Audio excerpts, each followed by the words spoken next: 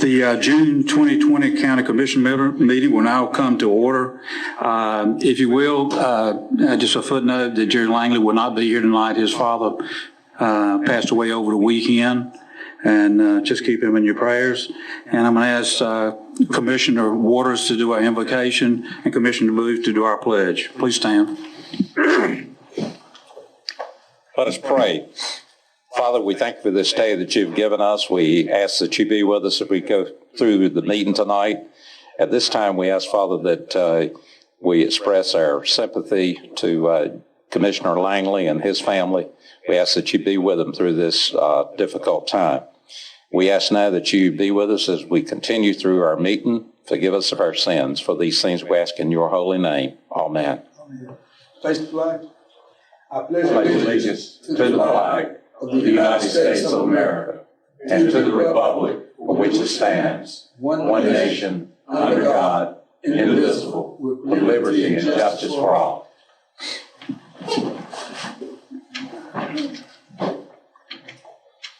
Mr. Chairman, if yes. in order, would it be okay if we excuse Commissioner Langley from this meeting?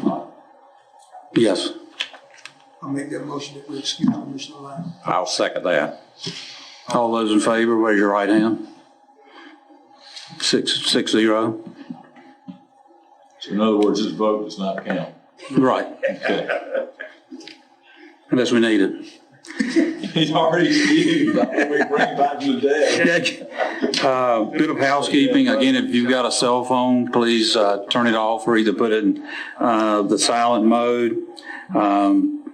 We're down to conflict of interest. Is there any commissioner here tonight who wishes to make a disclosure regarding any matter that is before this board? Hearing none, we move forward.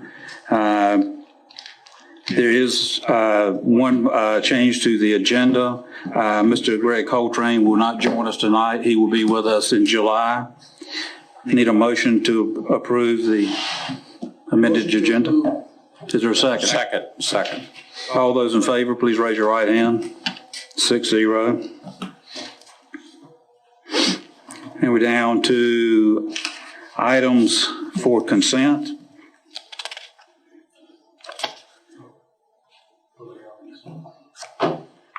I'm sorry. I jumped over a couple here. We don't have anyone here for public comment, so no one signed up. And our legislative update from our elected official, we don't have anyone here.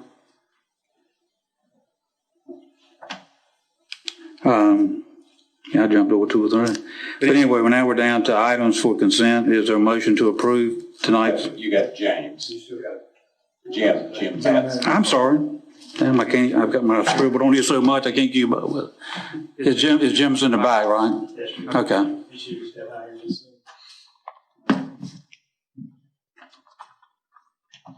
Jim?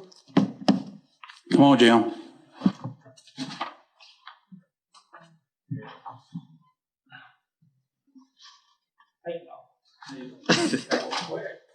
Quick gets in, I was expecting 10 minutes.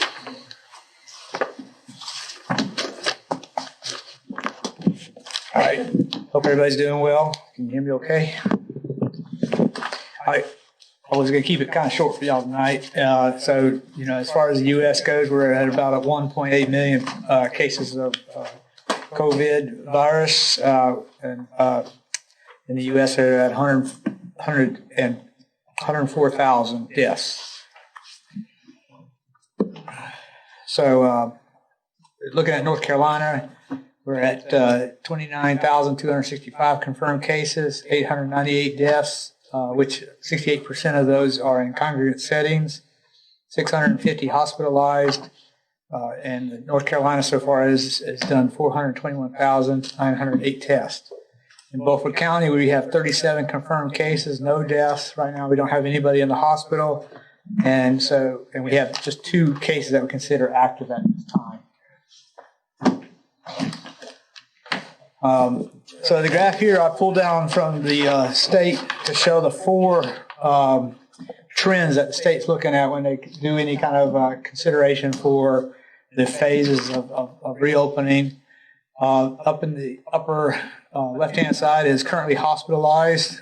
That number is kind of flat. The second one down from there is the number of people that are in the emergency department for COVID-like illness. And you can see that that number had been going down, but there's a little bit of a spike here at the end. But the overall trend looks like it should be going down. The purple one at the bottom right-hand side is the number of tests that are positive out of everybody that was tested. So that was the 400,000 tests they've done.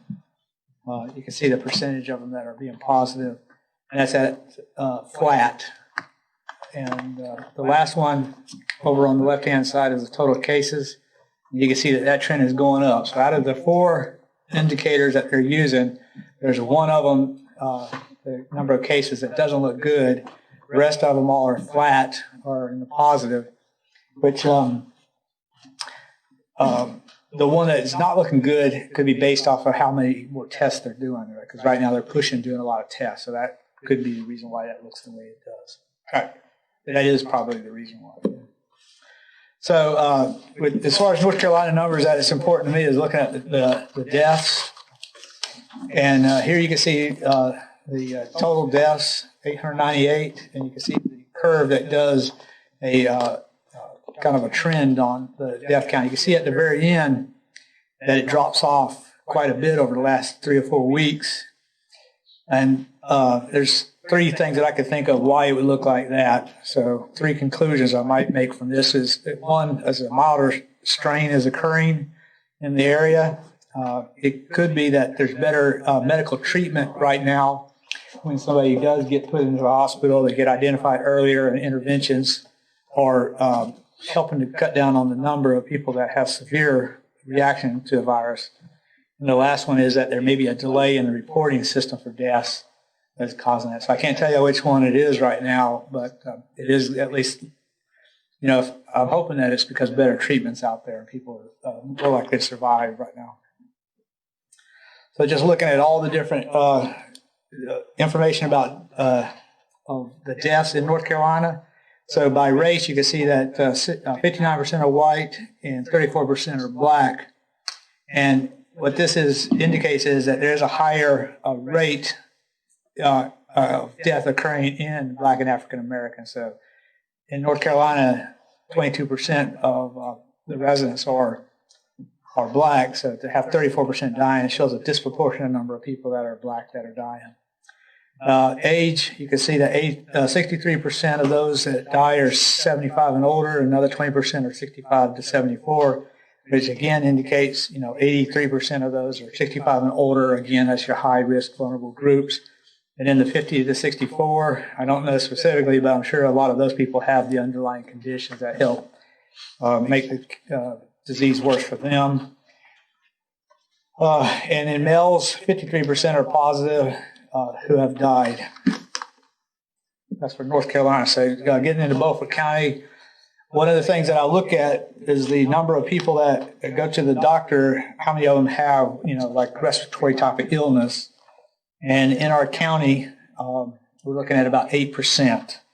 Normally during non-flu season, it would be about 1 or 2% that would be symptomatic with something like COVID-like. So this means that there's a lot more people probably going to the doctor simply because of respiratory problems, where they may have stayed at home in the past, but they want to get looked at to make sure they don't have COVID. So that's probably why that's so high. This is a timeline showing all the cases that we've had in Beaufort County, to include the one we had yesterday, which was the last one that we had. And so if you look at that, you can see we stayed pretty steady throughout the whole epidemic, the pandemic, where we usually get 1 or 2. There was a little time in there where we had some cases of 3 on 2 different days that were back to back. So that might look like a spike, but I would not call that a spike. I think that's more of a randomness that occurred because there was one particular family that got hit pretty hard, and so they would have all showed up at the same time. So I don't think we could say that. So I would say that as of right now, there's nothing that indicates a large outbreak in Beaufort County. Obviously, we do have it in our community, and it's running around. but it's not like a large outbreak that I can register at this point. So looking at testing information, every week I compile this information. So you can see we're doing much more testing in May than we did in April. And we're trying to increase those numbers, trying to get that up to about 300 per week. And just to help you with some numbers here, in Beaufort County, we have tested 924 that we know of. And however, there's Beaufort County residents that haven't been tested outside of Beaufort County. So total residents tested is 1,131. So that's about 2.5% of our population has been tested so far. The health department has done 131 of those tests.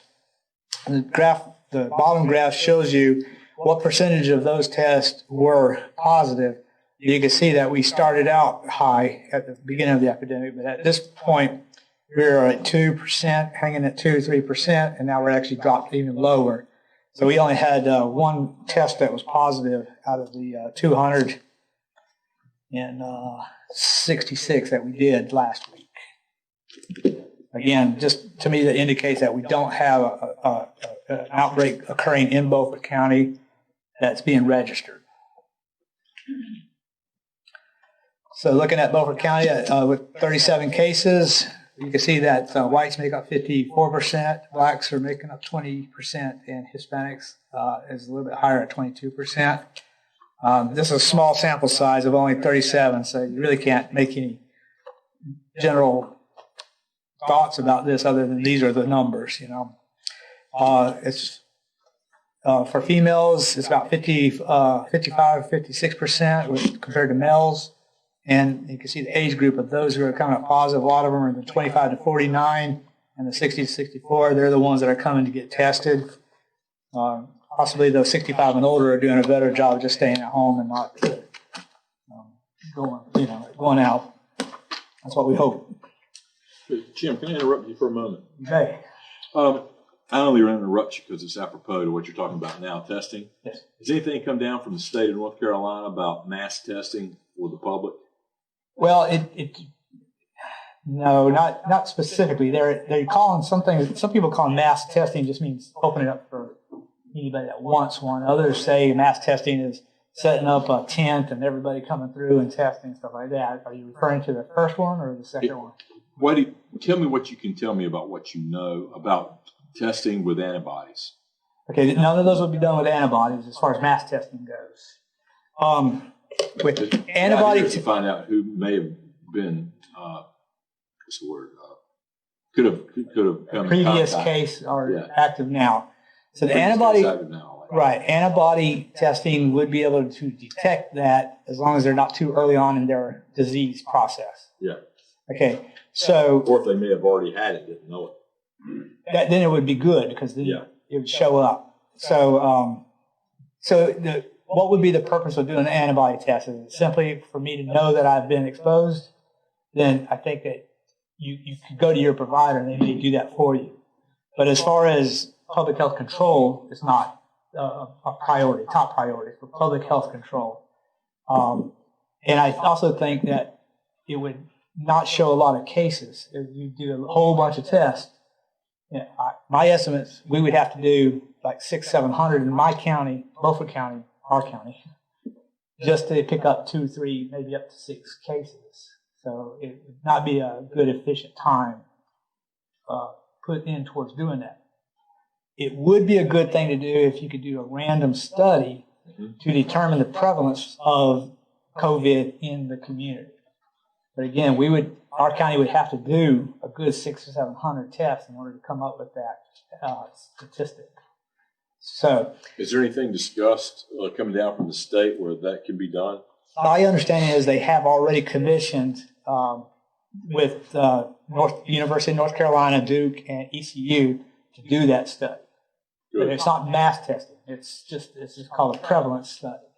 Prevalence study. Prevalence study. Do they pick random folks or? They're supposed to. If it's a good study, they're going to pick random people to do it on. I was saying I would like to volunteer. Well, that would be random then. But the question about mass testing is I don't believe that we should do mass testing where we just open up a site and everybody comes through, because the biggest thing is if somebody comes through today and they test negative, that doesn't mean they won't be negative tomorrow or come in contact with it later. So I think we should have a reason to get tested. We're pretty liberal on what we call reasonable to do it. If you think you've been exposed, and then you should say, I think I got exposed and why I got potentially got exposed, and then we would do the test for you. So it's pretty easy. Is that at the health department where it's done? Mm-hmm. Or your provider. Yeah, we've done about 14% of all the testing in the county, so we are depending a lot on the providers to do some of the testing. And I mean, just to be clear, the random test would be antibody test? Correct. Okay, good. My guess is they'd actually do both, but They would do both? they would probably Same do both, person? just to see if they're active now versus active two months ago or something like that. Okay, good. And give me the terminology of that test again. What's it called? It's a prevalence study. Prevalence study, which is a random test. Well, no, prevalence means old and new cases. Old and new. Incidence means new cases.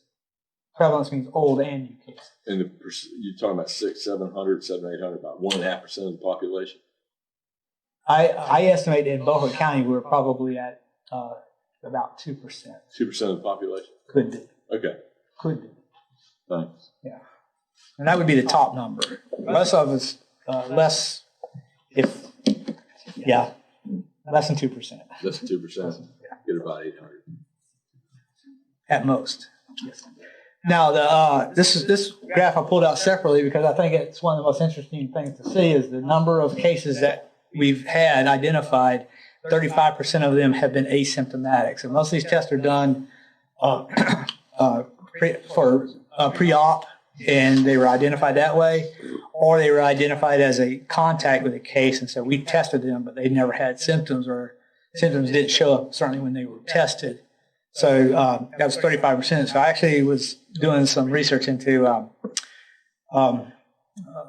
scenarios and trying to look at that, and I saw a CDC site where they estimated 35% of people would probably be asymptomatic too. So we're right on average with that. So again, we're still the message. You've heard this, and I do believe it's the best thing for us to put out to the public is to wear, wait, and wash.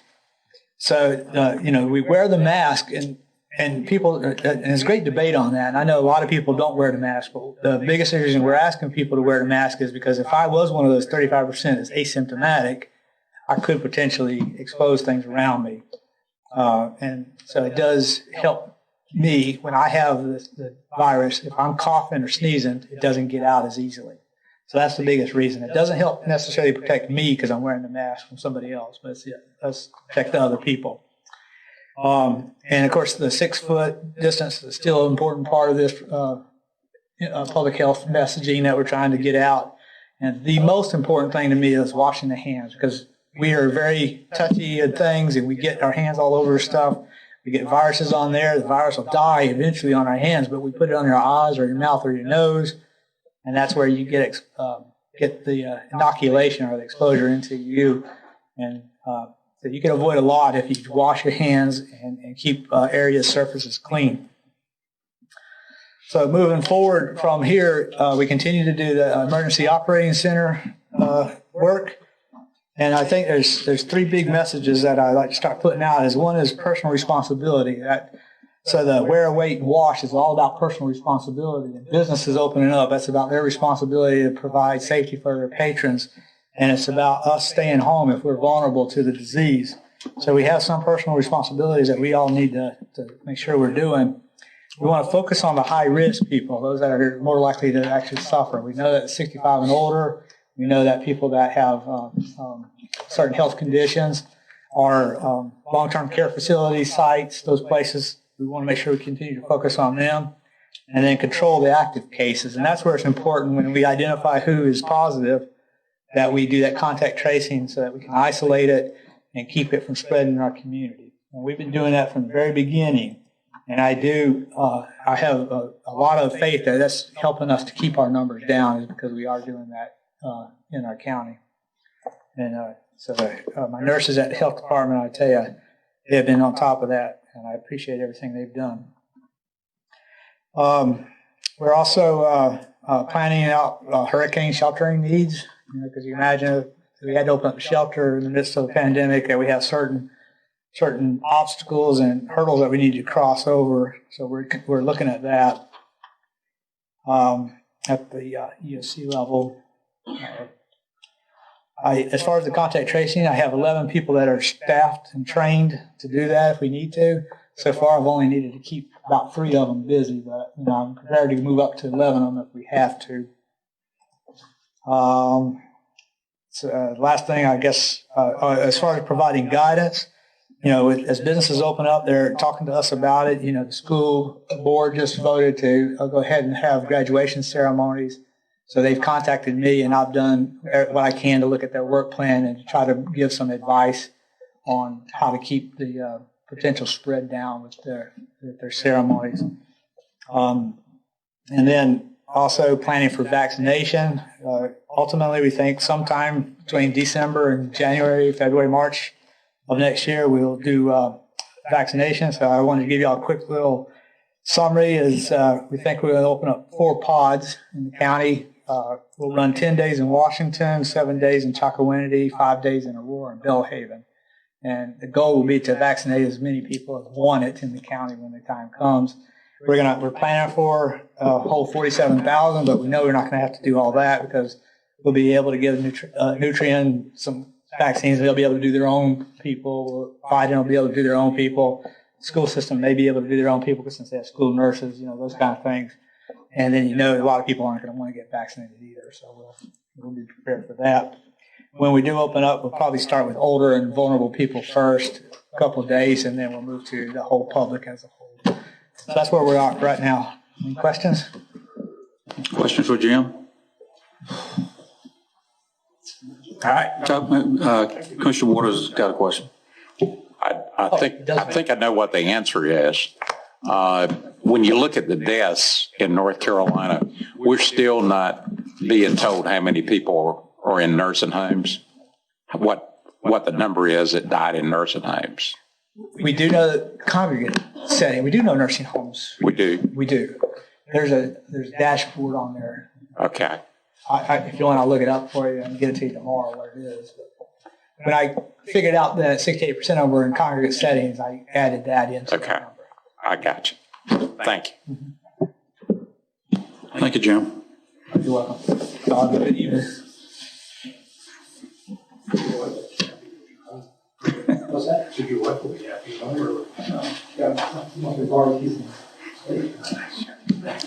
We're down to item H, items for consent. Mr. Chairman, Yes. before we go into this, I'd like to pull item number 1 for more discussion. Okay.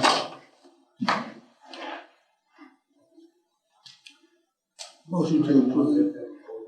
Motion to approve 2 through, I'm gonna pull it down underneath 16, so if we approve 2 through 16, then it'll become number 17. And that'll be the next item we take up. All right. Is there a second? Second. All those in favor, please raise your right hand. 4-2. Motion passes.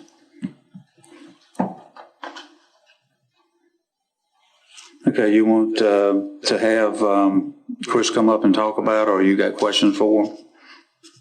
Well, yeah, we need, what this is the manager may want to speak to it before I talk about it, but we've got a lot of people that are making decisions for us under this item, and we need to know what they are. There can be some pretty onerous decisions made for us. I pulled up one 5 years ago and looked at it.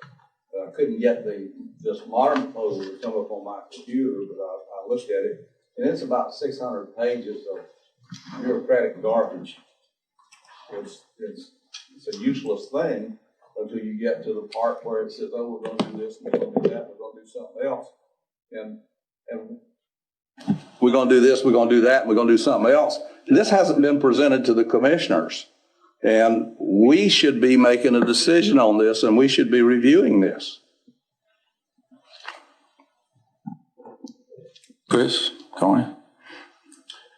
Yes, so if I'm understanding your question correctly, and correct me if I'm wrong, but there was that plan, you're right, there is seems to be a lot of fluff in that document. It's 600 and some pages, so there is a lot of fluff in that document. But there are some requirements that document says local areas should be doing to help mitigate those emergencies. A lot of those things and those objectives we're already doing under other requirements for grant obligations. So, for example, our EMPG, or Emergency Preparedness Grant Program that EM utilizes for funds. A lot of those objectives, shelter evaluations, interoperability plans with local governments, things of that nature are already required under that. So it's a bit of a cut and paste for the requirements under this plan versus other agreements that we're already in. The plan that is in place right now is still under the review process for FEMA. So I'm sorry, for the state. It's been approved by FEMA, but it's still being bounced around at the state level. So we're not anticipating any changes on that. If there were changes, we would definitely bring that back to the board. But that's where we are with this current plan. Does that kind of answer your questions, Commissioner? Can I say one thing, Commissioner Richardson? I think will help. Chris is going there. To receive federal funds for mitigation, we have to be part of one of these plans in the state of North Carolina. And our region is the Pamlico plan. That plan is coming up to be 5 years old now. So you're right. It does have a lot of mitigation efforts that are in those strategies, none of which are done without us coming back to you individually when funds come.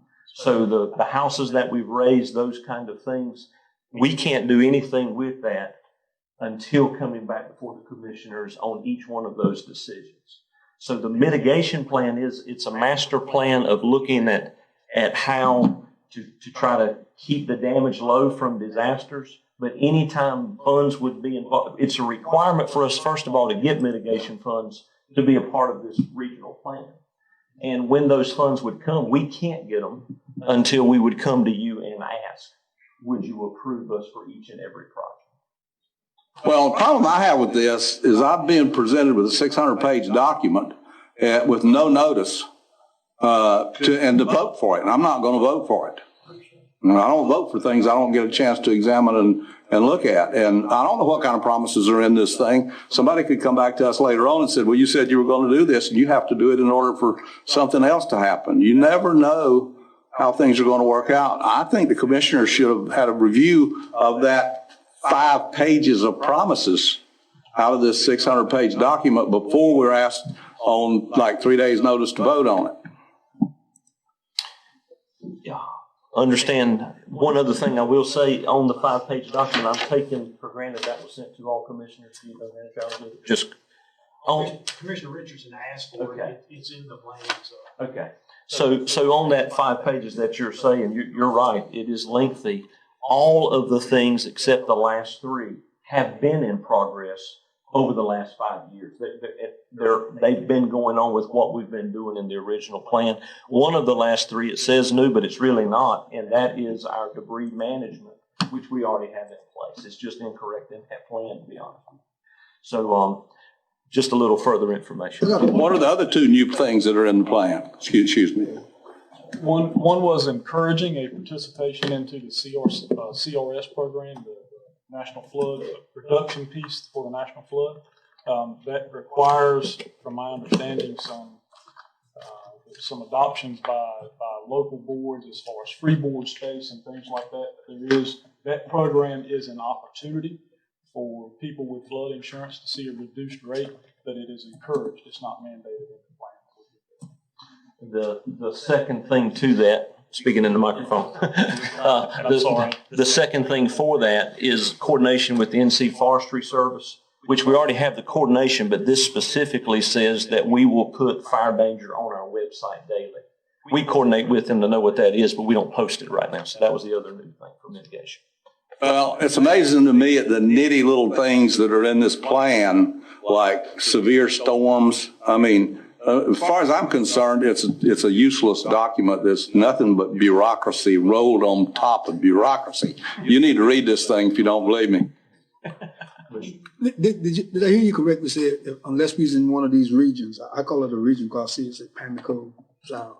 Unless we're in this group, that we don't get any FEMA money. Is that correct? For mitigation projects. That means raising houses and how about clean up debris and stuff like that? That's under storm, so we would still get the cleanup debris because that comes with a federal declaration for a particular hurricane. This mitigation money would be after an event and to prepare before the next event comes into place. And this is just a 5-year renewal. This is something that we've been doing all the time. Yes. And the reason it's not a final plan has nothing to do with us. That's just sitting at the state level. They haven't put their final stamp on that plan, and they let the time run out. So. Thanks. Any more discussion? Thank you. Is there an action needed since it was put on the consent? Yeah. Make a motion to approve. Is there a second? I'll second the motion. Discussion? All those in favor, raise your right hand. All those opposed? 4-2, motion passes. We're down to public hearing. We're talking about the budget for 2021.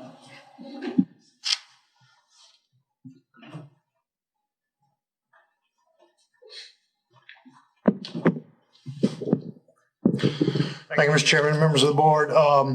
On page 229 of your agenda package, you'll see this is the public hearing notice item for the budget. When we originally wrote this, we were anticipating that we would have a budget ordinance ready for you, kind of like we did last year. The board at their last budget meeting said we don't want to do that yet. We've still got some things we need to do. So the language in here is a little off. Just want to give you that. But you'll see on the next page that you have the public hearing. We have put that out there to encourage the public to come. We've also provided additional opportunities for the public to speak if they didn't want to due to the limitations of our seating due to COVID. And it's my understanding from the clerk that she's not received any calls on that. So if I may, I just need to give you a brief overview of the 2020-21 proposed budget, and then you can open your public hearing and take any comments that might be available. The fiscal year 2021 recommended general fund budget is $59,227,062. This is $411,681 less than the original fiscal year 1920 budget. The recommended budget maintains the ad valorem tax rate at 63.5 cents per $100 of assessed valuation. The budget also maintains all services proposed in the prior year and absorbs an anticipated $1,089,830 or 11.22% decrease in sales tax revenue from the prior year, and we do that without appropriating any fund balance. That is our best guesstimate of what's going to happen due to the economic shutdown due to COVID-19. We hope that our estimates are wrong and they're better than that, but we won't know what those sales tax revenue numbers look like until December. We won't have a good feel for that because they're delayed 3 months. The recommended budget makes cuts to the majority of all county departments and holds the funding for the school system, community college, and outside agencies flat. And I know there's some continuing discussion on the school system budget, but the recommended budget does hold that flat. The water enterprise fund recommended budget is $7,570,91. The budget continues the rate study established in fiscal year 18-19 that consolidates the existing rates over a 5-year period into a uniform rate for all customer classes and increases the water rate by 3%. It also continues the 10-year CIP established in fiscal year 18-19. The Solid Waste Enterprise Fund recommended budget is $3,829,411. A $5 increase in the per year solid waste fee for a total of $160 per year is recommended to pay for increased tonnage of disposed waste. And I know there's been some discussion with this board about that actually being $10 instead of $5. The board has completed 3 budget work sessions and is taking straw votes to approve 2 service expansion projects. The first is in the Economic Development Department. that changes the current administrative assistant position to an analyst position due to a retirement and decreases existing contract service expenditures to keep this change at no additional cost.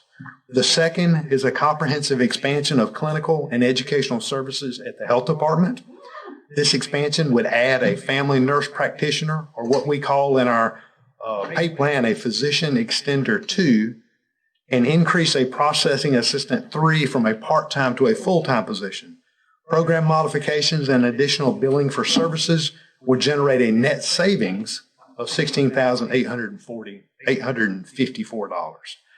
The board is still reviewing information from the school board relating to its budget request, and that is an overview of where you stand to date with your budget and your budget workshops. I'll be happy to answer any questions from the board before you open your public hearing. Discussion? Thank you, Mr. Chairman. Need a motion to go into public hearing? Mr. Chairman, I make a motion, we go into the public hearing on the on the budget. Second? Second. All those in favor, raise your right hand. 6-0, motion passes. Is there anyone here tonight that would like to come forward and speak on the 2021 budget? Hearing none, a motion to close? So, Mr. Chairman. Yes. We are a little bit early on this, but if somebody was coming in 15 minutes from now, so I thought public hearing was at 6:25. The act set at 5:30 or sooner.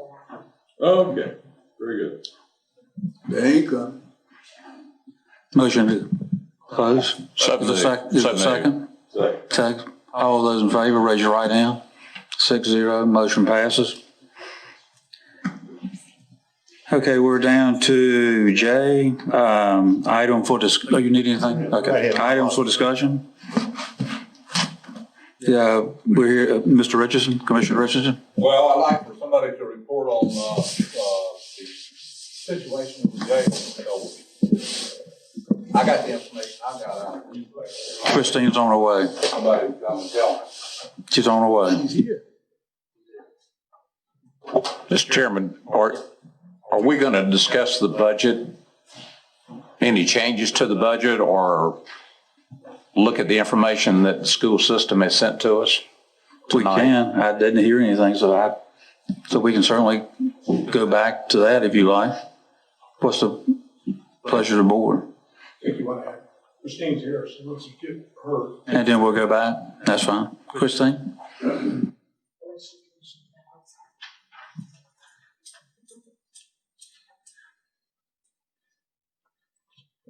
Good evening, Commissioners. For the June 1st, 2020 update, currently approximately 50 Beaufort County inmates are being housed in Craven County, Cabarrus County, Onslow County, as well as a few in Central Prison for safekeeping. As of today, June 1st, North Carolina courts expanded their court operations. Therefore, transportation of inmates will be increasing this week as well as the following weeks. Work completed in May. Due to inmate housing challenges and restrictions due to the COVID-19 pandemic, work was delayed in the Beaufort County Detention Center. Staff and contractors worked diligently and as flexible as regulations allowed to complete as much work as possible. Select plumbing system repairs were completed. Painting as well as plumbing issues were resolved in the new inmate training room. The holding cell floor, damaged floor tile was removed and the drain line was lowered. Montgomery Technology Systems completed the demolition of the slider controls and the removal of the bar doors in cell blocks E, F, G, and H. The demolition in cell blocks B and cell block C was delayed due to extended housing of a high-risk inmate due to the COVID-19 crisis. The work schedule for June, we will continue addressing the plumbing issues, complete the epoxy flooring in the holding cell, demo the existing control room, install the new control room counter, June 1st through June 10th, the work schedule is to install the new head-end and touchscreen for the MTS control system. They will hook up temporarily selected doors as determined by the jail administration. This will allow the existing doors to immediately be operated by the new system as soon as the new hardware is installed. June 10th through June 26th, conduit will be run where required, and new wire will be pulled to all remaining doors throughout the facility. Also, June 10th through June 25th, new frames will be cut out and new frames will be installed. MTS is still cautiously optimistic about the delivery of the new hardware. The hardware supplier is still giving a ship date from Texas of the week of June 22nd. Therefore, MTS is estimating a delivery date of June 26th, which is the Friday of that week. They are showing an installation from June the 29th through July 3rd, working on the control system and the hardware installation. There are currently 4 people here on site working with MTS, with a 5th person scheduled to arrive on Thursday. This pushes out the final installation through the month of July, hoping to finish installation the first week in August. Are there any questions? Okay. Any discussion? Thank you. I'm not sure. I'm not sure the cost of the housing. You know? I'm sorry. You got Brian? Oh, absolutely. Ms. Reynolds, it's my understanding from the chief deputy that they've had some conversations with Pitt County on use of their facility. They're in the process of there has been conversation between the 2 sheriffs, which it's my understanding, I've been told that was a positive conversation. The next step is the negotiation on being able to use that facility. Haven't gotten that call yet, but that's the next step for us. My understanding is if we're able to make that happen, which we believe we can based on all the information we've been given, then that will allow us to pull all of our inmates from all over the state back to the Pitt County facility, both male, female, and juvenile. They'll have a medical piece as well, which will save us a tremendous amount of money because we have folks scattered all over North Carolina. So we are working hard to make sure that happens. And our belief is if that's able to happen, then we would be able to make up the difference in whatever cost we have with that additional delay. That's our goal. Okay. I assume that we would staff that facility like we're doing down in Craven. That is my understanding, that that's probably the way that has to work, that we would staff it like we were staffing the Craven unit as well. Yes, sir. But it would allow us the opportunity to house all the inmates there. I think the capacity on that one is like 100 inmates. So. It's a pod. Yes, sir. It's a basically a pod. I know the sustained. women got to be somewhere else. Yeah. Well, my understanding is, and I haven't been in it. I think Christina's been in it to a piece of it, not to stay, but has visited. Thank you for that. Want to clarify that. That it is a pod, but in that pod they also have segregation, so they're able to handle. Right, they're able to handle all the different. Yeah, whatever. Mr. Chairman, I got a question for you. Mr. Booth. Mr. Manager, I know that we said that we had talked to the sheriff. Have anybody talked or reached out to the commissioners of Pitt County? Not at this time. The conversation, as I understand it from the chief deputy, was that the 2 sheriffs had conversations.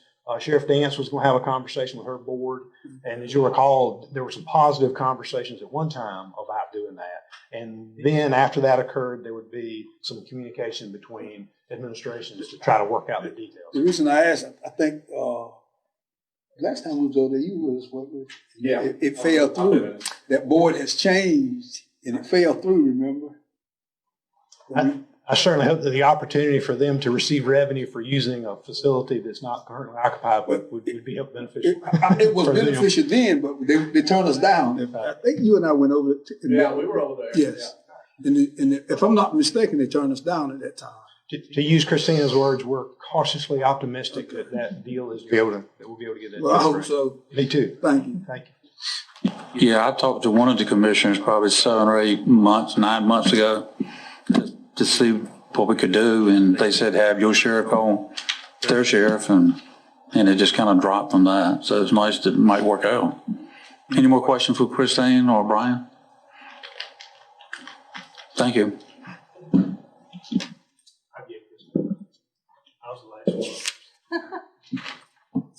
She was the last one in the jail too much. I haven't spent any time over there. Thank you. Have a nice evening. I'm gonna go back to the jail. No. So we're gonna go back to item I under the budget 2021. And Mr. Waters, I believe you had a comment. Commissioner Waters. Well, I had a chance this afternoon to review the information from the school system, and I thought maybe I would highlight some of the things that I saw. We had asked them to estimate their savings up through the end of the year, and the superintendent says that I anticipated cost savings of approximately $135,000 with regard to utility and transportation saving as a result of COVID-19 school closures for part of March and all of April and May. Today, the district has reopened for staff to close out the year and prepare for the summer learning and the new year. And one of the other questions was, what is the fund balance looking like? And their chief financial officer said the fund balance on June the 30th of 2019 was $1,203,210. And his estimate, assuming everything went according to this savings, their fund balance on June the 30th of 2020 would be $1,338,210. That's on the current side. And I don't have it right here in front of me or highlighted. On the capital side, it was somewhere in the neighborhood of $300,000. Okay. Maybe 250. And then on that current expense piece, I know the school finance officer provided you with that number. Just wanted to give you a clarification. I think that number's a little. You don't. Commissioner Waters, I believe the capital fund balance reserves around 240, 250. I'm going by memory. And just wanted to make a clarification on the current expense fund balance for the schools. I know the school finance officer provided you with that 1.2 million number.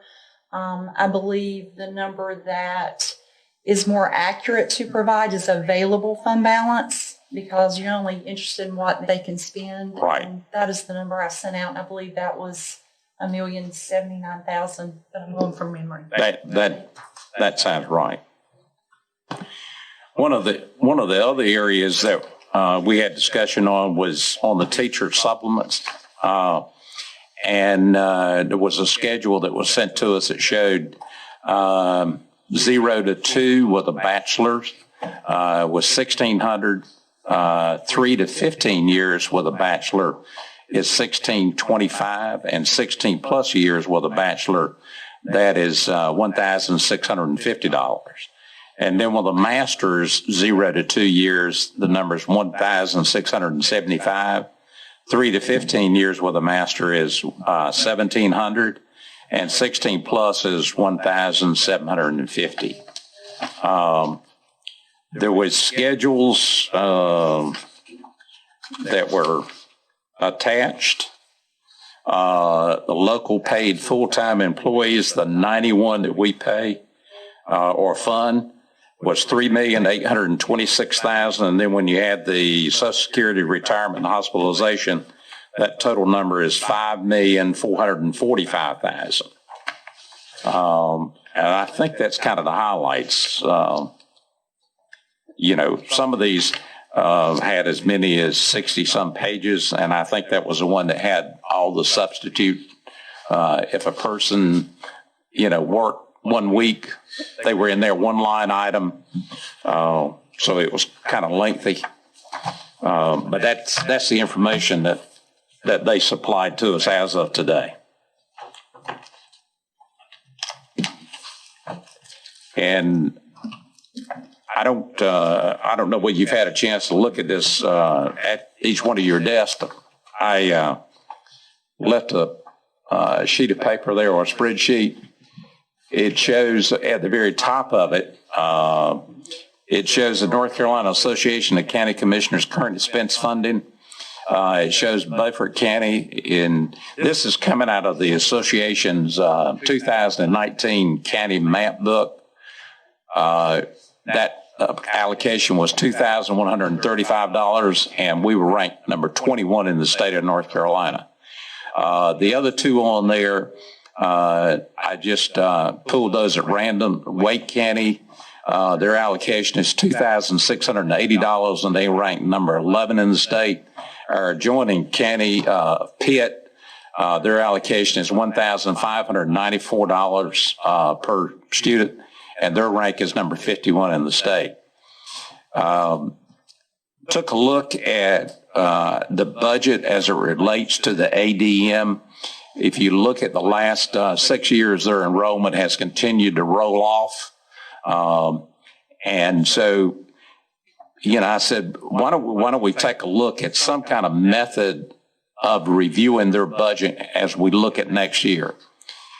If you look at the ADM and you take the allocation that we fund locally and multiply it times the drop in enrollment of 127 students, that's a reduction of $302,147. Then if you turn around and says, okay, things are going to cost more. So I pulled up, Googled the Consumer Price Index, and for 2020, that CPI number is 0.4. And for 21, it's 1.2. And because you got 6 months in both of those years, the average is 0.8. So I adjusted the current funding of $14,767,000, took away the drop in the enrollment. So I came up with a budget of $15,069,000 and multiplied that times the CPI and came up with an increase of $120,554. When you do the combination of the ADM reduction and then add back the Consumer Price Index, you come up with $181,000, a decrease of $181,593. And it's my thought that, every year we talk about what's happening with the school system as their enrollment drops. And at the state level, their state funding is tied to the ADM. And I really think based on where we're located at now as being number 21 in the state of North Carolina on the local funding at the local level, I think we need to use until the school system and the county can get together and come up with a different methodology that in this upcoming budget, we should have adjusted, and we can round that number off. But I think on the current side, I would recommend that we consider dropping that to dropping it $180,000. Mr. Chairman. Thank you. John? Just a note on the fund balance. Their budget that they gave us, they're drawing $92,000 out of that fund balance. So his forecast of it going up to what he gave us is off by $92,000. Maybe you forgot that. May have. Commissioner Richardson? All right, let's see if I got this right. Last year, according to the audit, they had an available fund balance of what? Available fund balance of $1,079,000 and change. All right. Now, this year, they have a projected fund balance of what? Well, just add $135,000 to that, because what I used in my presentation was what Willie Mack said, and it was different than what Anita said. Anita was taking out, she was using the available fund balance, which is 1,079,000, I think is the number. And then you add 135,000 in the savings, then, their fund balance would at least increase. Now, that does not include the capital. There's a separate fund balance for the capital, and that was 240,000. Let's see now. You don't run the schools for like 3 months, and you really don't save any money. They only cost $35,000 of savings for not running those schools 3 months, and I just want to be on record as saying, I don't believe it. Well, I think what you heard the superintendent say the other night, and to my knowledge, I think I'm correct in saying this, is that no employee lost their job. There was no cut on personnel cost. And as you well know, if you look at these attachments that we got today, unless you cut staff or cut their pay, I don't know what that exact number is, but they made the comment the other night when they were here on the utilities. They saved $50,000 during the month of April. That was Willie Mack, the chief financial officer. I agree with you, Commissioner Richardson. We don't know what that exact number is. But as you look around and like on transportation, they didn't, it kept all their employees, and so the insurance still had to be paid. Where they saved that was on fuel, and supposedly they've prepaid for some fuel for this coming year.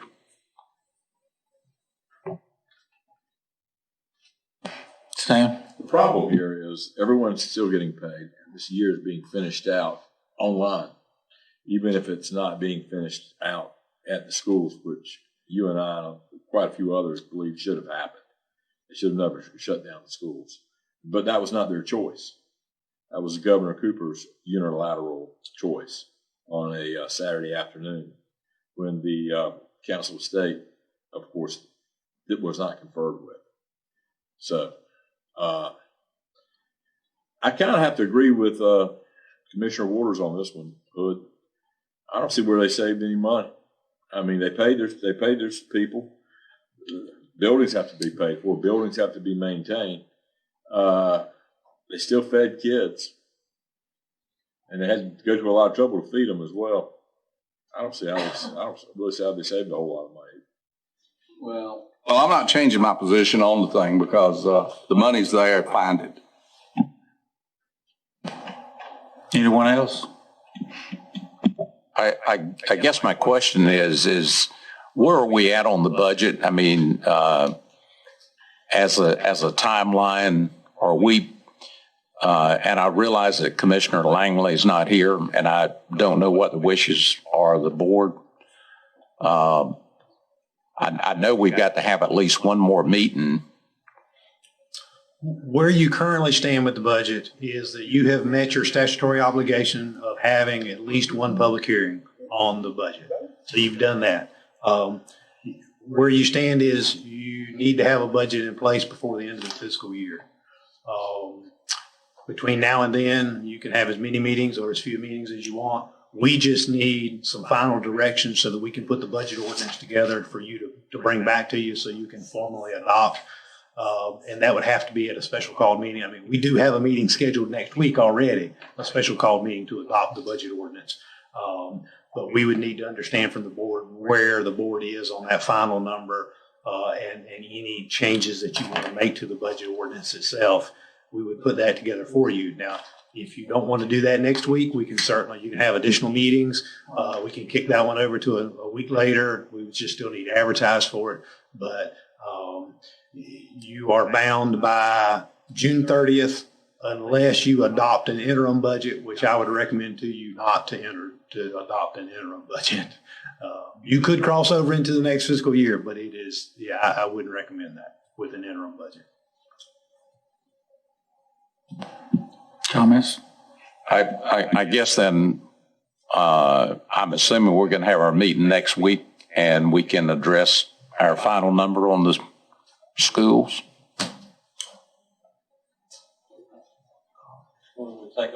Would it take an additional meeting? It would need to take an additional meeting unless we get some pretty clear direction on what a budget ordinance would look like. And then we could put it together, and you've got to have the budget ordinance in front of you as a written document before you adopt it by statute. We can't just say, make this change, make this change. So it would be a lot more beneficial for us to know exactly where you are, unless you wanted to spend another 30, 45 minutes while we put that document together while you're sitting here. Probably not the best use of your time, but either way, we're happy to put together a draft and then fill in some numbers if we need to. As Anita almost falls out of her chair back there, but we can try to work however the board needs us to work on that. Well, since we had votes on the other two as it related to the expansion, I'm gonna make a motion that we cut the current expense for the school system by $180,000. And leave capital expenditures alone. Yes, and the reason I'm kind of withdrawing from that is in talking with Anita and Brian, they were surprised at the number that we got in for the month of March, as it related to the sales tax. Then also, it was published last week, I think it was, maybe Friday, the prediction, well, not prediction, this is the final number now for the whole country. The month of April, sales were only down 13.5% or 13.6%. So the numbers are looking hopefully much better than what we anticipated. I think it's okay. John? Cut our current expense and leave capital expenditures alone. Yeah. Okay. So just to reiterate that from Commissioner Ward's, what we saw, we received sales tax numbers on the 1st of June, last week, that told us what March numbers were. I think we talked a little bit about that. It was our second highest collection we've seen, the first highest being December sales. Probably some of that increase was due to panic buying in those last 2 weeks. The big box stores in Washington, Lowe's, Walmart, never missed a lick. And in fact, you'll hear them talk about corporate wide, how well their sales were going. So yes, we did do very well. In 30 days, we will get April's numbers. April was a full shutdown. Again, the big boxes were still working. So once we see what April's numbers are, we'll have a little better confidence in what it's going and how it's going. So that's kind of what we saw in March overall statewide was down 7%. Of course, ours was up, but across the state in a whole, it was down 7%. So, but we still need that another 30 days to have more confidence, and we'll get stronger confidence as that moves on. So thank you. John? I asked the school district to provide us the prioritized list for capital. We have not seen that yet. So I'm not sure that I'd be ready to vote on a budget for them that we don't even know what they're going to spend it on.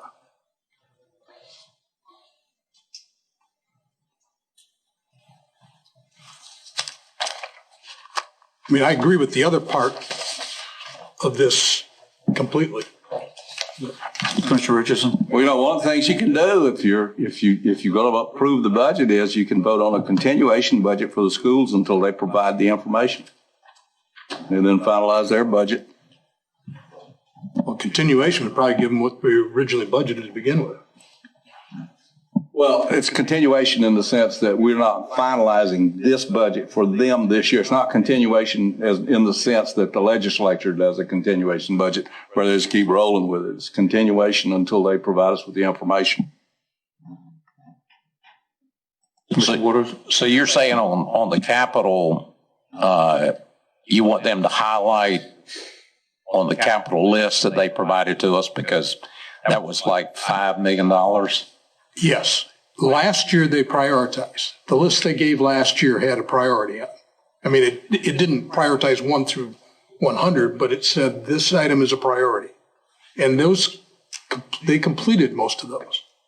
But Anita, aren't they carrying over to, as right now, isn't the fund balance in the capital 238,000? Okay. So I don't know, do we know what the fund balance was the year before? Okay. I'm just wondering if they've underspent what we gave them last year by 238,000. You know, one of the things you need to think about is the buildings that they're using, because I understand that there's a move to move back into this old Ed Tech building over here, and that means spending money. So you need to ask them for, you know, what are you spending money on? Or are you going to use that building anymore? Because they told us they'd moved out of it. Well, you heard they were going to move back. What were they going to do? I have no earthly idea, because the schools they have now, except for Washington High School, are half empty. So why would they move back into it at all? Yeah. Brian, have you heard anything like that? Okay. Well, they're still using, if I understand it, the area where I'm sure everybody's been to, where we've had some dinners and meetings. Media center. Yeah, the media center. And then I understand there's some offices maybe that are being used out there. I think to give some guidance, I mean, I'm ready to vote, and that's why I went ahead and made the motion on the current side. I mean, this is just giving guidance to our manager and our chief financial officer. So I'll keep that and see if there's a second. Second. Let me be sure what we're doing here. We're giving guidance to prepare the budget ordinance for approval. Is that correct? Yes. Just on the current part, we still can adjust that if you see fit, Commissioner John. John, did you want to say anything? I'm not really sure what that means. Okay. Well, I understand that you want to see a list, you want to see the priority, but I think at the end of the day, you're probably going to still support the capital budget. Or do you think you would cut the capital budget or increase it? I mean, I don't think there'd be a chance we'd increase it. But we could potentially, if they've got 240,000 in fund balance in the capital, and that's left over from last year, then I don't know that we wouldn't expect that we could cut it. I mean, if they're not spending the money.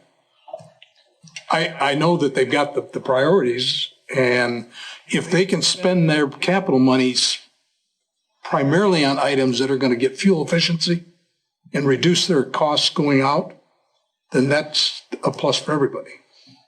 But if they're going to spend it a lot on painting, you know, that type of stuff, then that's not as beneficial to the overall budget.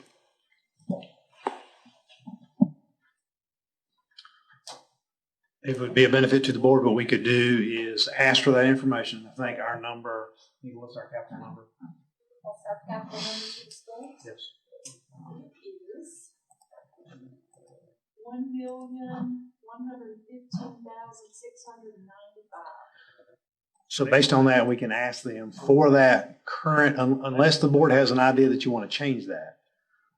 If you hold them flat, we can ask them to give us that rank priority and give you the projects that they will spend that capital money on, so that you'll have those projects. You'll know what those projects are, and then we can work the budget ordinance out based on that, because that's really not going to change the budget ordinance. If the number's the number, it just, you could say, we're only going to give you this amount, and then I don't like your priorities. Why don't you do this one? You're just moving priorities. You're not changing the number, so we can certainly set the budget for you. Mr. Mann, Yes, sir. if we hold them flat, we don't need a priority list. I mean, I don't think we do. I mean, if we just hold them flat. Obviously, that's a policy decision by the board that I don't. I think it's good to have the priority list because I don't know about you, Commissioner Booth, but I get asked by citizens all the time, what are they spending the money on? And I hate to say I don't know. Well, Mr. Waters, that's a smart answer is that you don't know. You should tell them ask the school board now. And I do. I mean, honestly, that's a smart answer. And I do. Commissioner, Well, the smart question in all of this is, what did you spend the money on last year? And let's see last year's list, because what has always happened is they've told you they're going to spend the money on one thing and then they went and spend it on something else. Well, I looked at the list compared to this year, the last year, and the stuff that was a priority last year is not on this year's list. So I'm assuming they went ahead and took care of it. Well, that can be an erroneous assumption because we paid for fixing a roof like 7 years running and the roof never got fixed and it was still a complaint. So you need to ask, what did you actually spend the money on last year? And give us your priority list for last year, which we should have somewhere. We should pull our own priority list, not the one they give us. I think in going back to the school system, we need to ask what Commissioner Richardson said.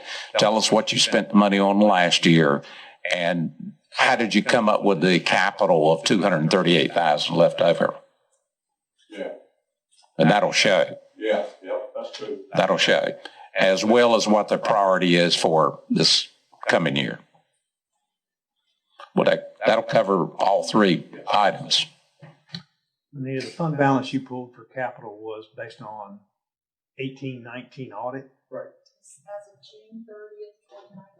Okay, so we don't necessarily know It could have what been they've done this accumulation year. of 10 years in small amounts. Right. Yeah. Doesn't he know? Don't they know what the fund balance is right this second? That's difficult to gauge until you have your final audit numbers in and know your actuals for the year, and then you know how your fund balance is going to fall out. That can be hard enough. You can estimate. You don't have a running total, so you know when you're going to run out of money? Well, I would think you got to have some sort of running total. Well, you can have a running total through today, but you kind of need to project what you're going to spend through the end of the year for it to be accurate. I understand that, but I meant as of today. Yes, they would have that. Well, Commissioner Red Brooks, I can understand your position where you started from. But $230,000 is not a lot of money in that capital budget. I mean, that's not even one project. Well, and I understand your point now. It's 25% of the budget. Yeah, well.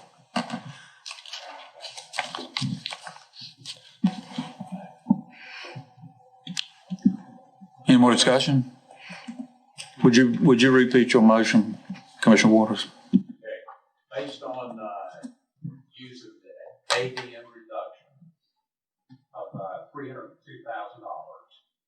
and then add back the consumer price index, 120,000, I would recommend that we cut the current budget for 2021 by 150,000.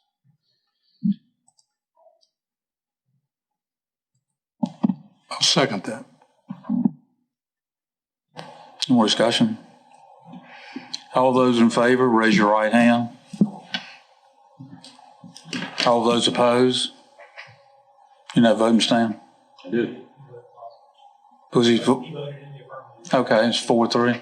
I mean, 4-2. Yeah, the motion passes. Mr. Chairman. Yes.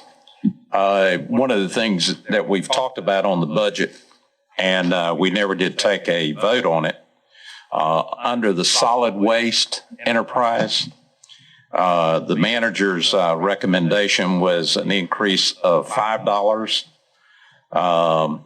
And I would like to see us increase that to $10. Is because, ever since we've had the enterprise, we've not been able to accumulate money in the fund to make repairs to our convenience sites. We're always coming up being squeezed and with no funds available. And the $5 increase is going to do the same thing. It's not going to generate the money based on the amount of solid waste that we're creating in Beaufort County. It seems like we're doing more and more every year. So my recommendation and my motion is that we increase the fee by $10, which would be to $165. That's my motion. Is there a second? I'll second the motion. Discussion. Yeah, I think increasing another $5 is just another tax. And I know solid waste is one of the most important things we do. It's one of the things we should do as a county. But I would suggest we go back to the commissioners and ask for that money if we need to. It'll be done. Do it right now in budget. But I think once we increase it, we're going to continue to increase. And I'd rather go back to the budget and take it away from something else, since it is more important than a lot of other things we do. Or should. Can we do that with an enterprise fund? Yeah. I mean, you voted it in as an enterprise fund. We can fund it. We can contribute to it. You can do it. Brian? If the board would want, I mean, I think in the enterprise fund, in the solid waste enterprise fund, you've got certain items in there that I'm not sure you can cut if you're looking to do that. What you would probably need to do is make an interfund loan like you did before from the general fund to the enterprise fund, which you can do. That means the enterprise fund has to pay that money back. You can either give it to them or you can make them pay it back. If you make them pay it back, you still got to eventually find a new revenue source for it. If you don't make them pay it back, you're back in the same situation we were umpteen years ago, where there was a tremendous amount of subsidy from the general fund, general tax dollars, to an enterprise fund, which is why we pulled that away and said an enterprise fund is a standalone fund that should pay its own way instead of using general tax dollars to supplement it. I think Stan's suggesting that, though, aren't you? You're talking about saving money on the general fund, someplace to pay. Go in there and take some money from charities, for example. It's not general. That is general fund. It is. There's a variety of places. Good, Brian. Well, just in general, I think that if I think you put yourself back in the position where we were several years ago, where we didn't want to be, where you end up using general fund revenues to supplement an enterprise fund, and you're using general tax dollars to do that. So the general public who is paying tax dollars, those funds are being used to supplement solid waste when it's a different fund and it's a different revenue stream. But that's a policy decision for the board. There's a way to do it. We've done it before. It's just however the board wants us to do that. Mr. Chairman, this is not a tax. It is a user fee. If you take trash to the convenience site, you're using that facility. And right now, we have 23,000 parcels that are paying that fee. And we have a total of 44, if I remember, 1,000 parcels total in the county.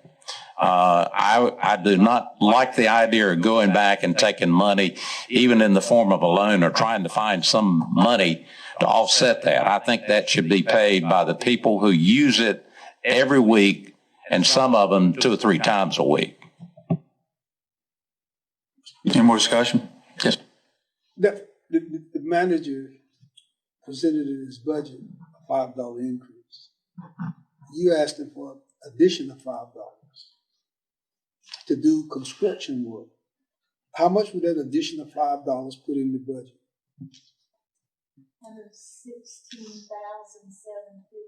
$116,750. Now, what can we fix with $116,000? My concern is it because of what you're seeing? I mean, with the economy like it, even with the economy like it is right now for the last 2 months, there's just more stuff going in there. I'm not even sure that $10 is going to generate any money for making improvements. That's the point. Making improvements. That is my point. And the thing about it is, we got a hazardous solid waste committee. What are they doing? I mean, we just charging people money, don't know what we're gonna even do with the money. I mean, you see where I'm coming from? We have a contract, but we pay more money every time there's an additional ton that goes. I understand that, but we also got a committee that's looking at reducing those, doing something to reduce those tonnages. Am I correct? Or close some of the sites? Am I correct? We've not got to any decision at this point in time. I got you. You're the chairman is sitting right next to you. He may want to add something as it relates to where we're at. Well, in terms of tonnage, you can close all the sites you want. You're still going to have the same amount of tonnage. Yes, you are. Yeah. So it's and if the enterprise fund is just to do the roll-off sites, and solid waste is a lot more than just the roll-off sites in Beaufort County. It's dealing with solid waste. And I would love to see that tonnage number go down. I think we Americans waste way too much. But that's another issue for another day. It's a pretty complicated issue, trying to decide how we can help Beaufort County by influencing people to use less packaged products. Because that's where our problem is the packaged products. And a lot of these materials are just going into the ground, and we don't know if it will ever be anything but taking up empty space and what otherwise would be a landscape of splendor and natural beauty. Commissioner Rebels? If we were to keep it at $5 and we go on the whole, then what do we do? We've got next year's budget. Deal with it then. No, what if we go on the whole starting in before this year's over, before 2021 is over with? The general fund, we have to make it up as a transfer or a loan. Okay. And you can do that a time or two, but if you do that too many times, the local government commission's going to be writing a letter about it. Because when you establish an enterprise fund as an enterprise fund, you're saying we're going to operate it like a business. And that means that we're going to set our fees or our rates at a level that they need to be to support the expenditure side. Or either you're going to cut the expenditure side if you don't have the revenues to support it. And of course, that's the challenge. There's really no way to do that. And the tonnage is going up to this. Commissioner Waters?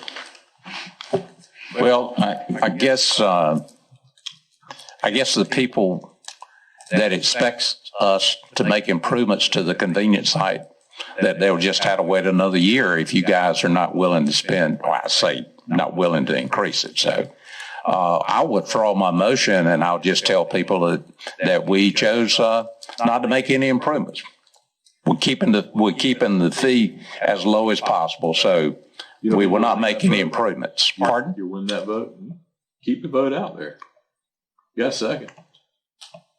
We had discussion. Commissioner Richardson. Call the question. Since you brought it up, what is the status of the funding for the site at Sydney Crossroads?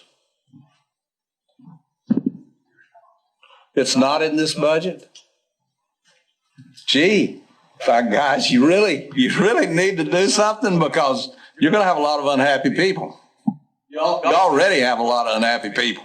Well, and this is not, even the $5 increase is kind of catching up, and we're just going to break even. We're not going to have any money in there to offer any improvements. And I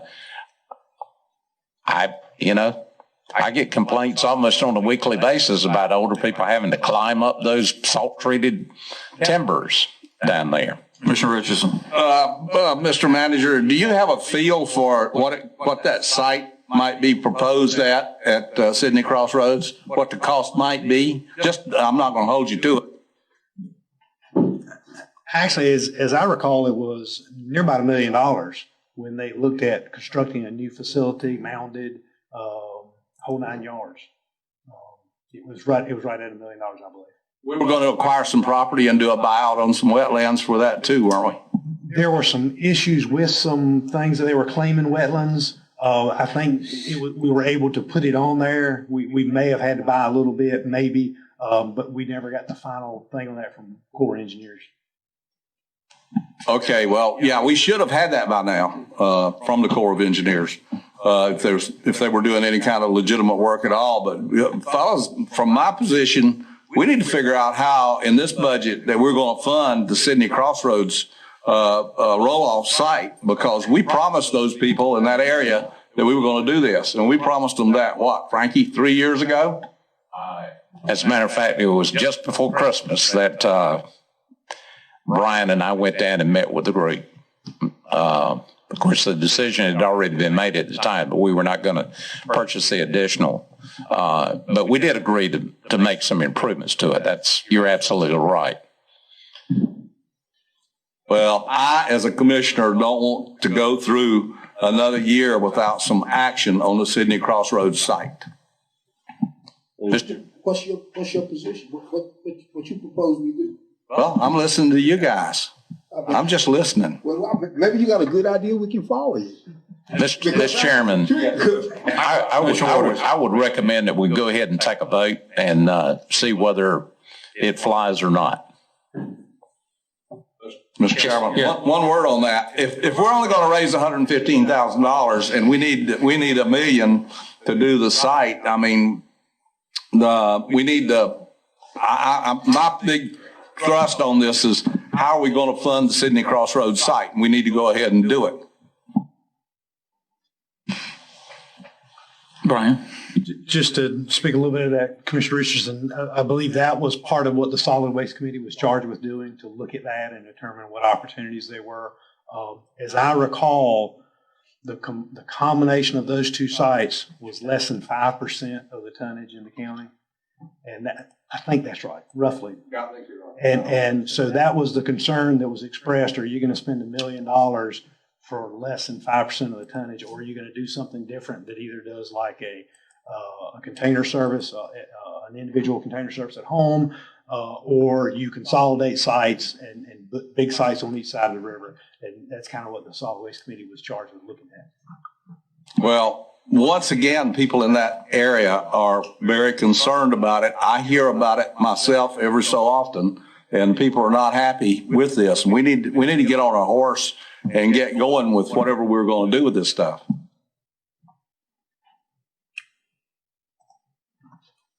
Stan, you want to reconsider canceling the meeting? Canceling Solid waste. We can meet in this month, I guess. I don't have a problem with it. Meet here in this room. Yeah. Okay. Y'all still want to be on Thursday, or do you want me to push it back a week? You want me to just check it tomorrow? Will it be Thursday this week? How about Tuesday? Tomorrow? Are y'all okay with Tuesday? I got Thursday. I got some stuff to do Thursday. You mean next Tuesday? Next week? Well, I could do it this Tuesday, or if you want to do it next Tuesday. Tomorrow, if you do it tomorrow, I have to notice that. Okay, got it. All right, let's do it next Tuesday. Motion on the floor, call for it. Hang on a second. That would be June 9th. How about Thursday? Is there any way to do Thursday next week? The 11th? Yeah. Is that okay with everybody? Thursday, the 11th? Yeah, is that okay? Great, thank you. Okay, all those in favor of Frankie's motion of 165, please raise your right hand. All those opposed? 5-1, motion passes.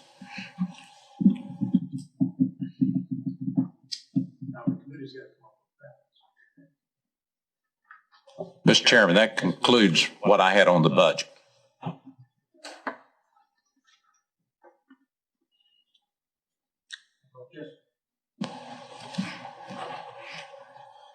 So just to be clear for us, in where you want to take your next step.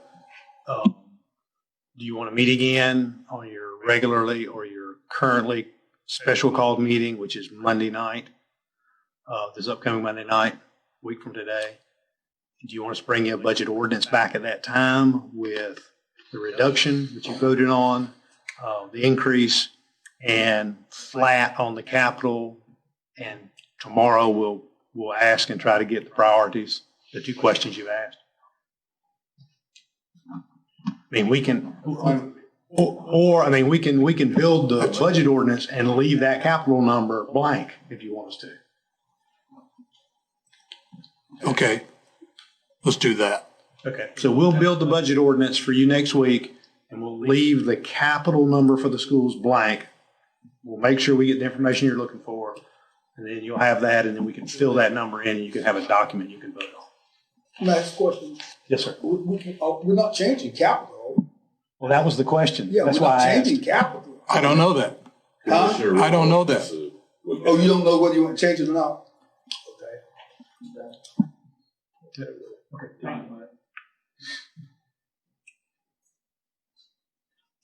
Do you need a motion?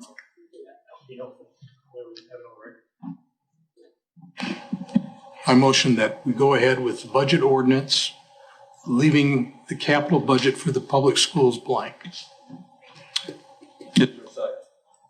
I'll second. All those in favor, raise your right hand. Did you raise your hand, Sam? It was, okay. 5, all opposed? 5-1.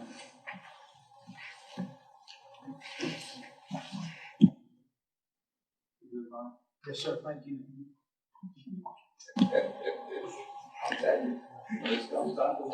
Okay, we're to item K, item for decision, Brandon Hayes. I saw him out front. He was.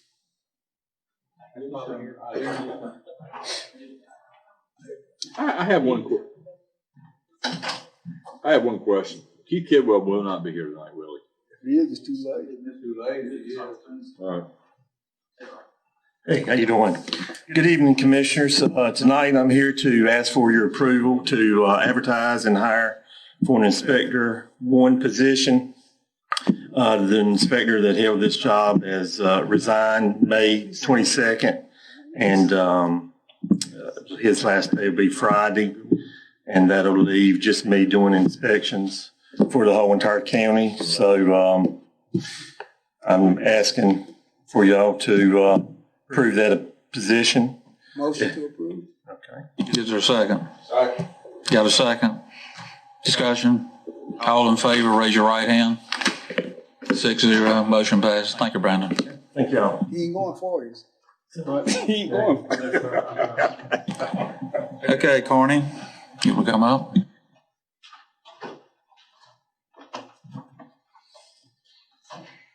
Thank you, Mr. Chairman, Commissioners. Have before you requesting 2 vacant EMS positions. And I would like to take a second. When I preach, I go back and watch my sermon, and I always pick up on something. When I watched my presentation last month, I caused confusion about EMS staff. And the truck that we had in service at the college is not extra full-time staff. That was overtime staff. And I think I caused that confusion there. So EMS-wise, we only have enough full-time positions to cover our current fleet or current shifts that go in place. We don't have any extra positions. So anytime I'm down a position, that means that position has to be filled with overtime. We do try part-time. We get about 20% in part-time, but it's very difficult. It has to be with full-time.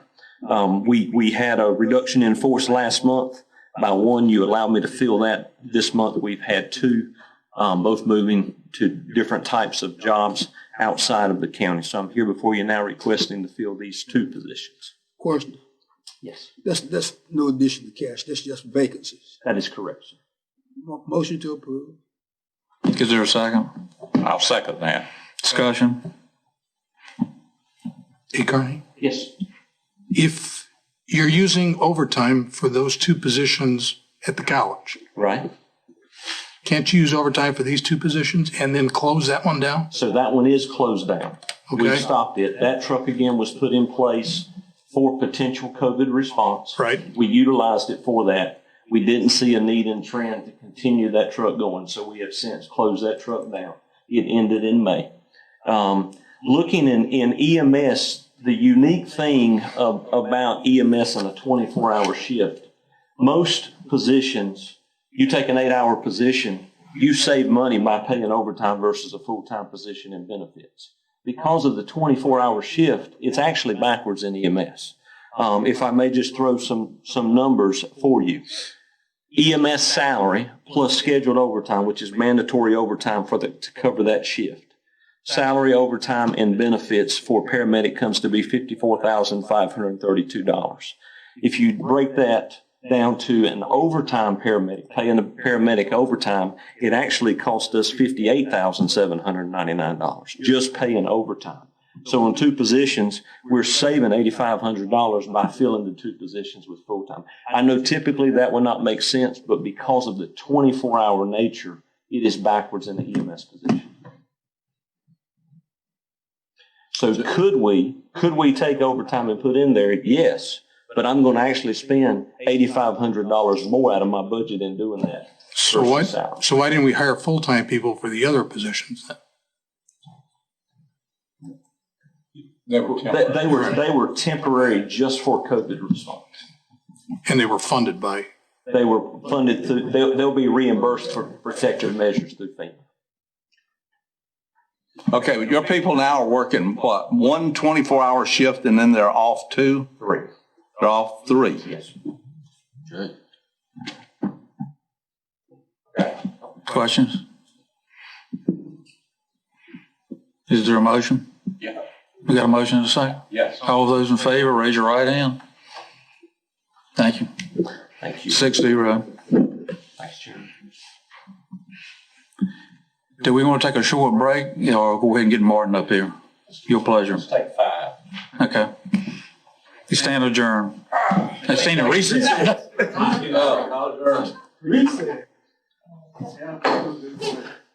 Okay. So we're here to hold a public hearing to receive comments on the proposed economic development performance grant to Project River Breeze under North Carolina General Statute 158-7.1. This was something we had about a month ago, but the project has changed. As was said then, the River Breeze plans to expand a manufacturing facility to produce new air purification product lines with light assembly. The company currently plans to locate a facility, either an out-of-state location or Beaufort County. The state is providing incentives to compete with the out-of-state location. Since the public hearing on May 4th, the investment number has gone down to $2,100,000 for a facility and $950,000 for equipment over 5 years. And the jobs have been reduced to 73 jobs, although the average wage is slightly higher because they're maintaining more of the skilled workforce. So the average wage is $39,651, and the county average wage this year is $38,000.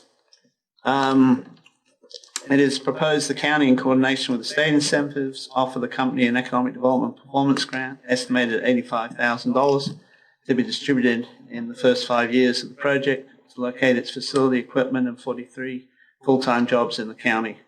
The grant will require the company to achieve its capital and job goals, plus be current on all its Beaufort County tax obligations to receive the grant.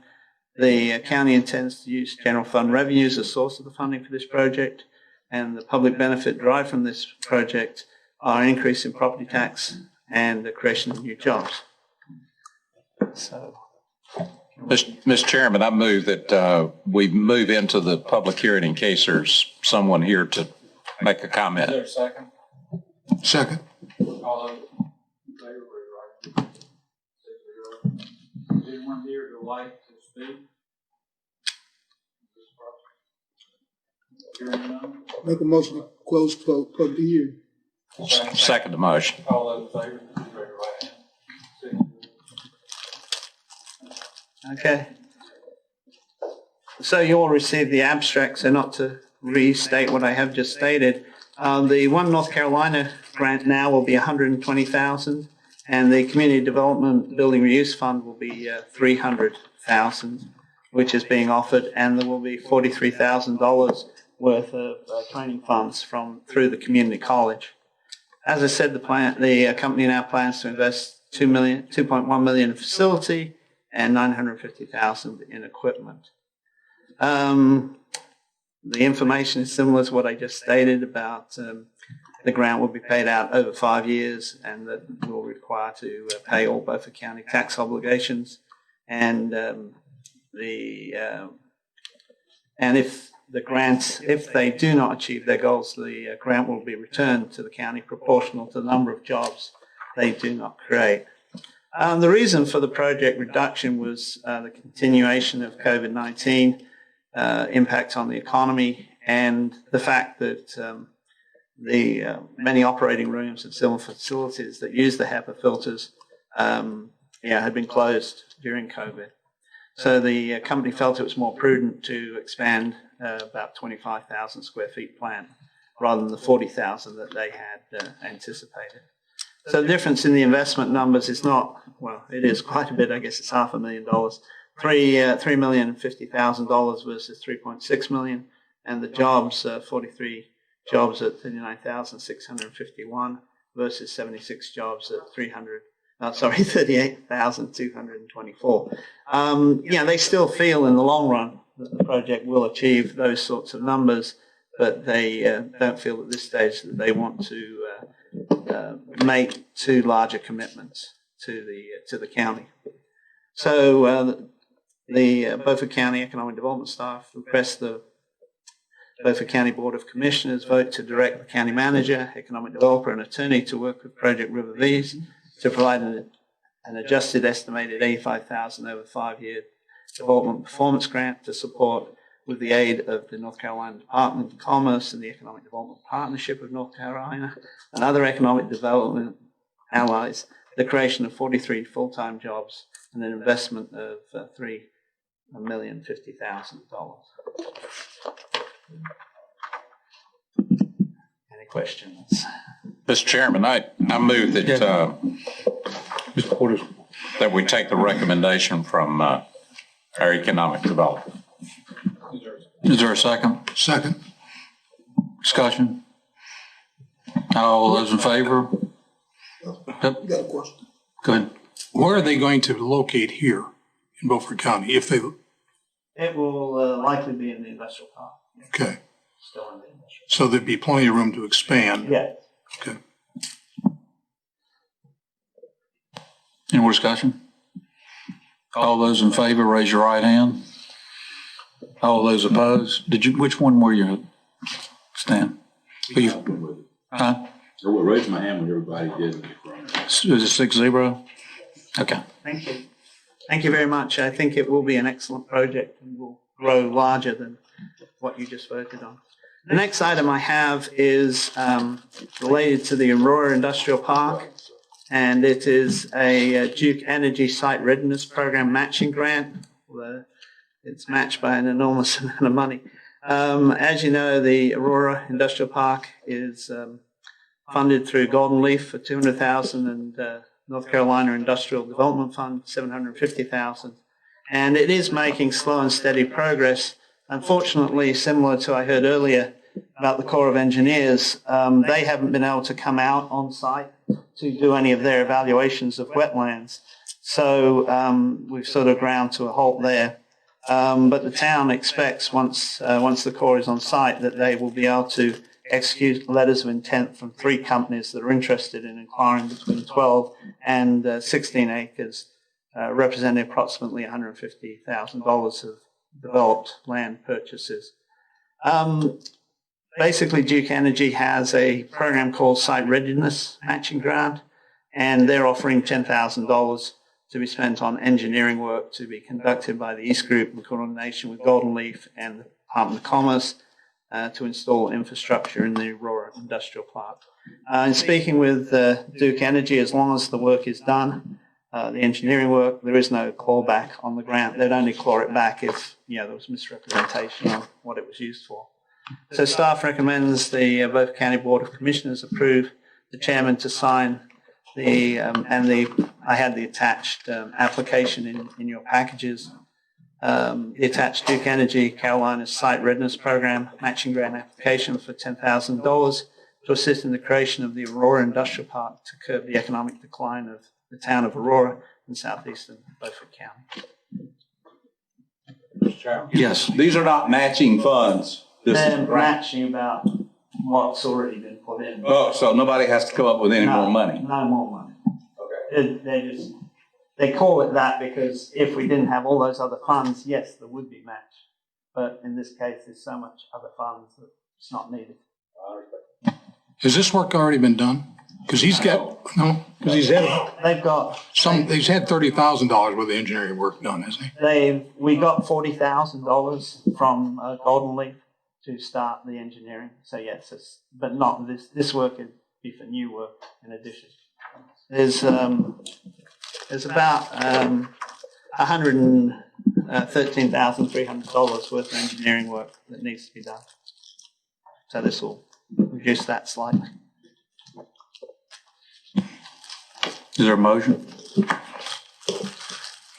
I motion that we accept the Economic Development's recommendation with regard to Duke Energy's $10,000. Discussion? All those in favor, please raise your right hand. 6-0. Motion passed. Thank you, Martin.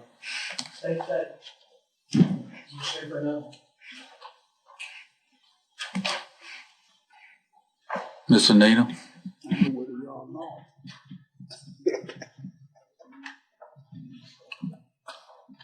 Thank you, Mr. Chairman. I got to tell you, I was extremely excited to share with you the March sales tax numbers, and Brian just went and stole every bit of glory away from me. And so I won't have too much more. How about that? I did want to mention that when we received that March sales tax number last week, we did get an updated revenue forecast from the association for next year. And right now they're at 9.9% shortfall. And so when I went back and looked at what we've got, I looked at what we have programmed in the budget for next year, and it's 11.1. So I think we're right in line. Best guess anyway, for right now. The other thing I wanted to mention to you is the Executive Order 124 regarding the penalties, interest, and disconnection fees associated with water accounts. That was just extended another 60 days through July 29th. So I went back and I thought it would be good to look at, what the impact on the water revenues have been thus far. And for this fiscal year, we can expect to lose out on $82,000 in those fees. Now, the good news is the water sales are through the roof. So I'm anticipating water sales to be about $175,000 over what was budgeted. So that more than compensates for the loss in the fees. Anita, those folks have to eventually pay what they owe, right? They have to eventually, we can't charge for the fee. So we charge for the usage, for the water usage, but we'll never recoup that actual fee. That is lost revenue. Can we get that money from CARES? Not yet. That's probably That's the second pot of money potentially. I'm just trying to get it or get rid of it. And then the only other thing I had is that the Local Government Commission did extend the audit deadline. It's now January 31st, and I'm even more ecstatic about that than I am the sales tax. Thank you. Thank you. Do we have to? No, it's automatic. Not sure we'll use it, but I probably will. The sovereign did it. You don't have to prove it. Brian?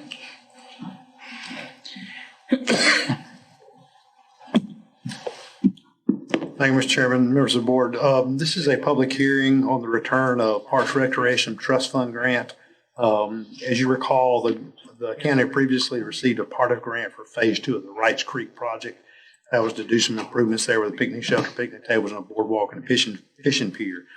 After we received the part of funds, we also received a grant from the North Carolina Division of Coastal Management to do a shoreline erosion control plan for the entire parcel. And that grant provided funds to study the entire shoreline of the parcel, but mainly focused on recommendations to control erosion on the point opposite of the North Carolina Wildlife Resources Commission boating ramp area. When we looked at that, the report was done. It recommended a riprap revetment in the estimated cost of about $287,000. Initially, our thought was that we may be able to use some of the PARTF money to do that erosion control piece. Obviously, there were not enough funds there to do that. And they have given us some opportunities for some additional funds or some additional grant opportunities to go after to see if we can get those funds for that. The problem we ran into was because of the timing, we obviously don't want to go out there and spend money on something before we're able to put that erosion control piece in. So due to the timing, we need to return these funds to the state. As long as we return them within the time frame and explain this to them, there's no penalty to us, and we're still seen as in good standing with the state. If we do not do that, then they would essentially put us on a list that says you're not eligible for future grants under PARTF. So this is part of the requirement that you have. You have to have a public hearing to receive comments from the public on the recommendation to return the PARTF grants. So I'll answer any questions you have, and then you can open the public hearing.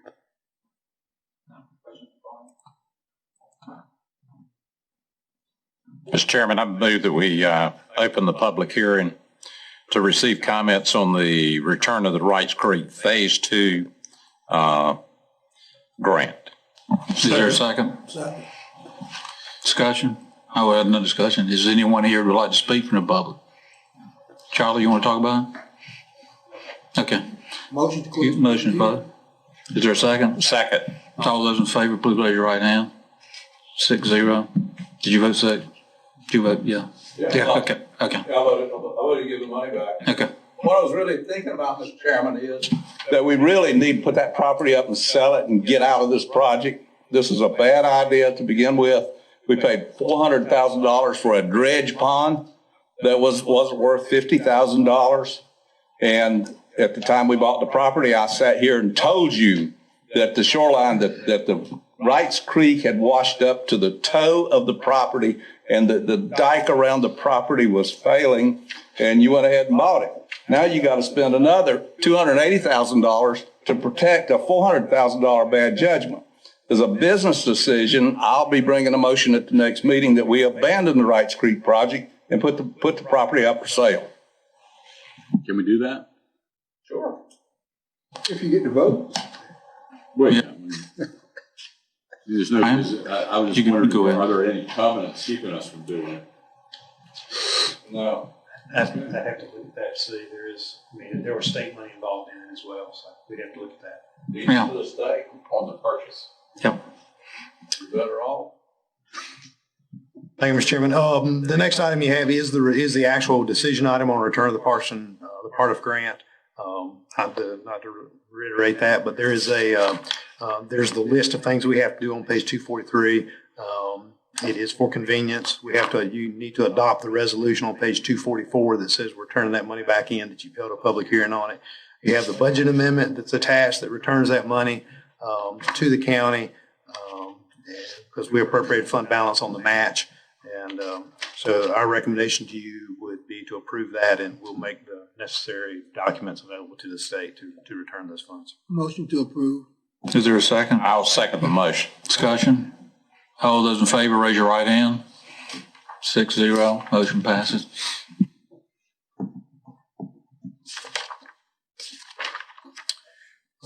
The next item is the Mideast planning contract for fiscal year 2021. As you all know, we engaged the Mideast Commission for professional services on our planning.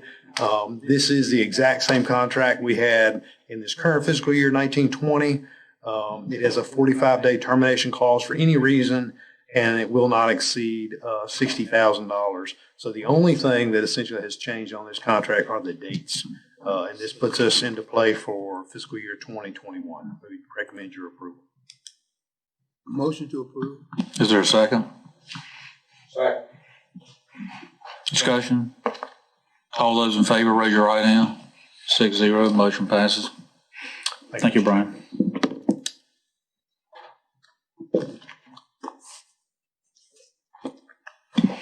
Mr. Francisco? Yes.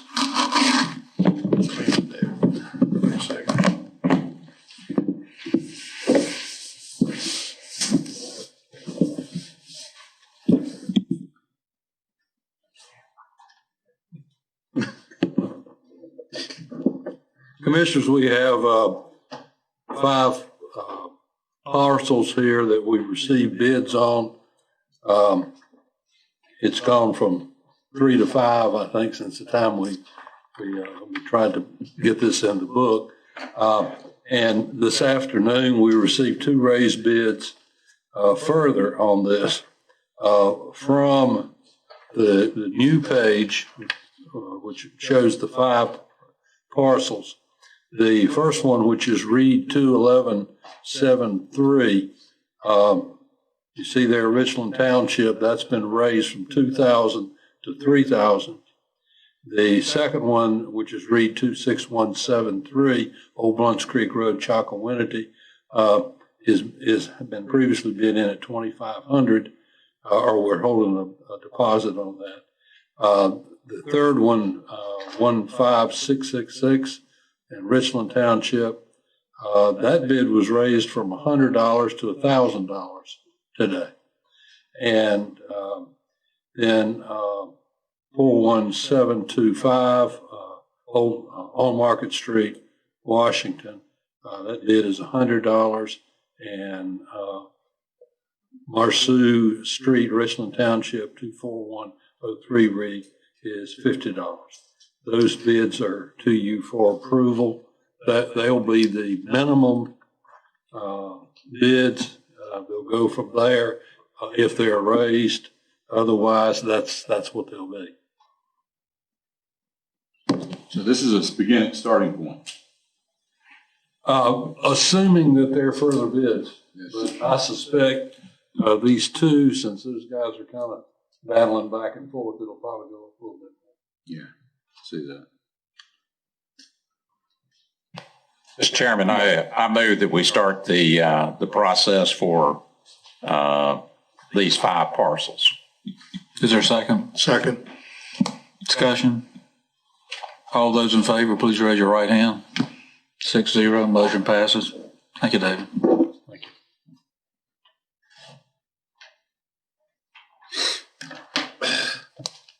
you. We're down to items for discussion. Commissioner Richardson? Well, I hope this is a little more than discussion. It's recommendation that we proceed in a certain way. There's this shutdown, lockdown of industry, people, and everything else. The financial results from this are not even being seen yet. A lot of people have suffered. A lot of businesses suffered. Governments are going to suffer. It's, in my opinion, a violation of our constitutional rights. It's the first time in the history of the world that we have ever approached a infectious disease by not quarantining the sick and quarantining the whole public. It was a reckless act, in my opinion, on the part of the governor. And I would like for us to direct our attorney to take a look in the next month at how we might go about recovering some of this money, which would involve a lawsuit to the governor, against the governor, for damages not only for the taxes that we may have lost, but for the revenue that individuals in the county may have lost as a result of this. Now, I think that this is an awfully important thing, in seeing to it that we never again have an abuse of government as severe as this has been. David, can you take a look? certainly take a look at it. That's what it's asked for here to discuss it at the next meeting. I would just point out that the request here to recover personal income losses in the form of damages. I think that's stretching a bit, or quite a bit, from what these commissioners, what this commission should do. And the idea of tax loss damages, I think you've got a potential of future loss damages, but I don't know if there's any damages right now, as long as those, the county's got a way of getting their taxes back. And so I just think these are going to go nowhere, but I'll be happy to take a further look at it. Well, I realize this is a long shot, and I'm not necessarily limiting you to any way that we can recover damages that any citizen of Beaufort County has suffered in any way, or that any government in Beaufort County has suffered in any way, or any other individual has suffered in any way, by any means whatsoever. I think you should take a look at how we might be able to approach that. Admittedly, it is a different idea, but we have been abused by an elected official, and we're entitled to compensation for that abuse. Thank you, Dave. Sam? If nothing else, we were acting as a friendly political body to the public, and maybe that will make a difference. And maybe if a class action lawsuit were to ensue outside of us, because it might be difficult for us to collect for the rights of the public. However, if we act as a friendly public body for their recompense, that might make a difference.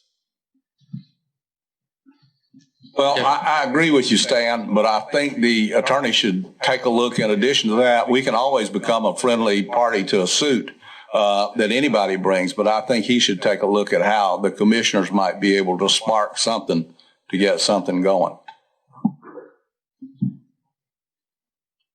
Thank you, Dave. Commissioner Richardson, Brenda Hamilton investigation. Well, okay. My only question is this: what's the status of the samples, and just where are we with this thing?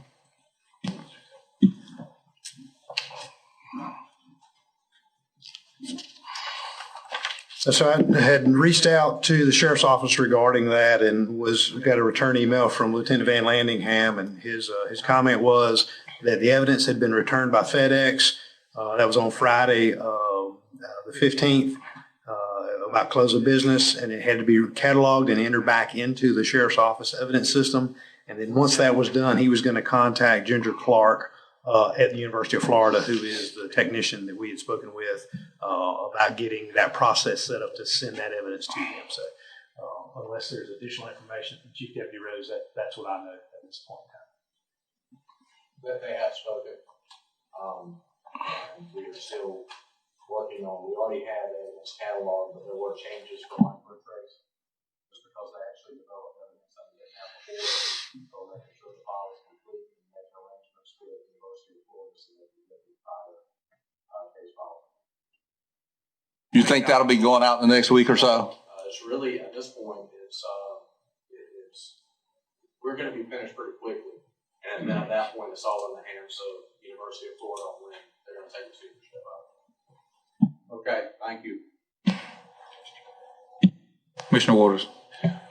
Just for your benefit and the public, on May the 21st at approximately 8:15, I got a call from one of our citizens on Punga Creek Road that in their yard, a large animal appeared to be like a large brown cat with a tail was walking away with their one of their house cats.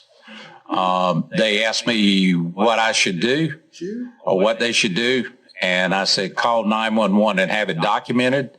It's been documented, and a follow-up with the North Carolina Wildlife Commission. And I would suggest that any time we receive those, that we have it documented, because I'm convinced that we have a brown cat in Beaufort County. And the only way we're going to do it is to start asking the public to confirm that and asking wildlife to follow up. Thank you.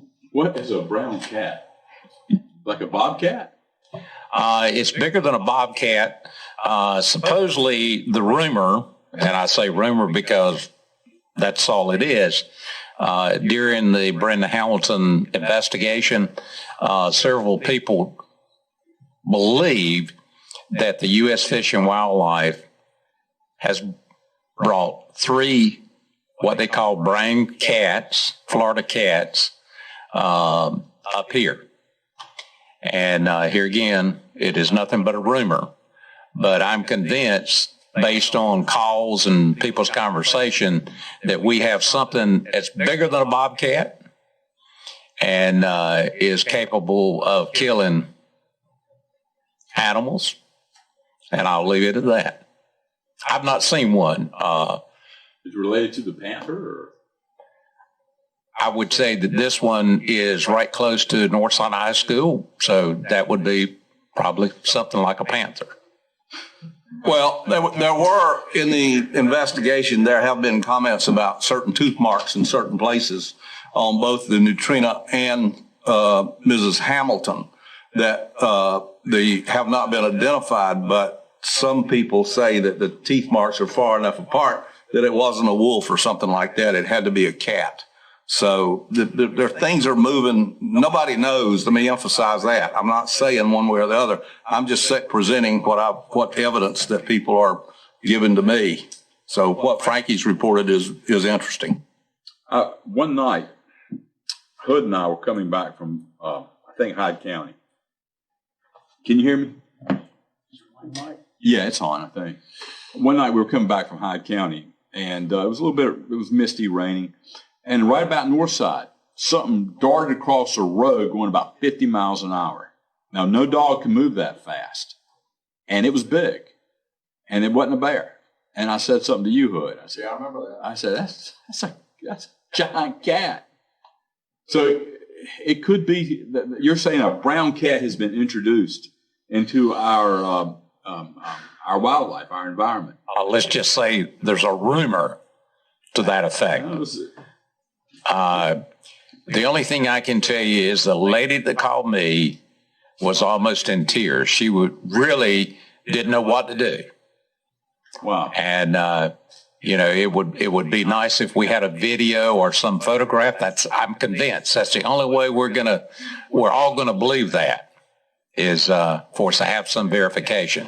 And what I'm stressing to the public is that if you see something like that, let's document it, where it was at, time of day, that sort of thing.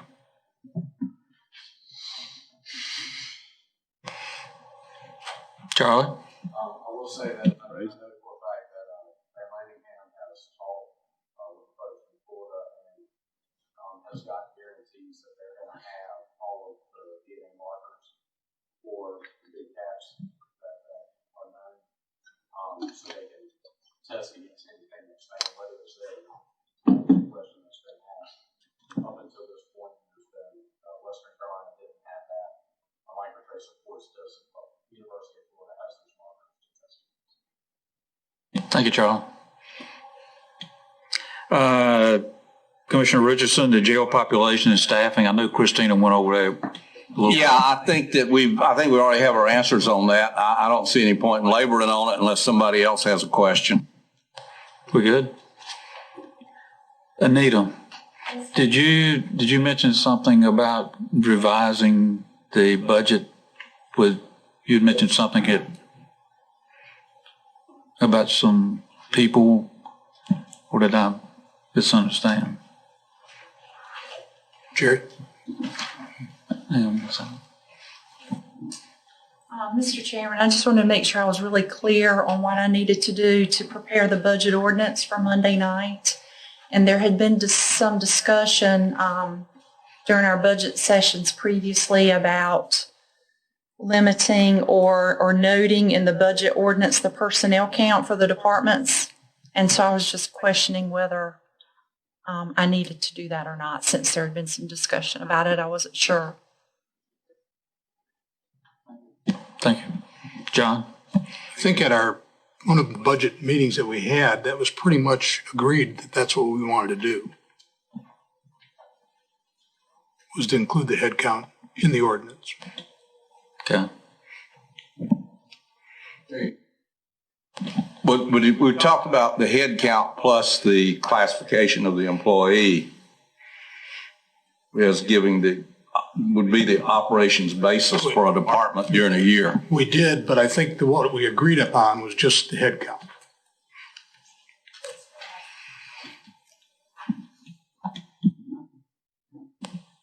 That's what I understood, is that we would put in there, I was looking for the exact number, a total of 381. By department. Does that include the addition that the health department wanted?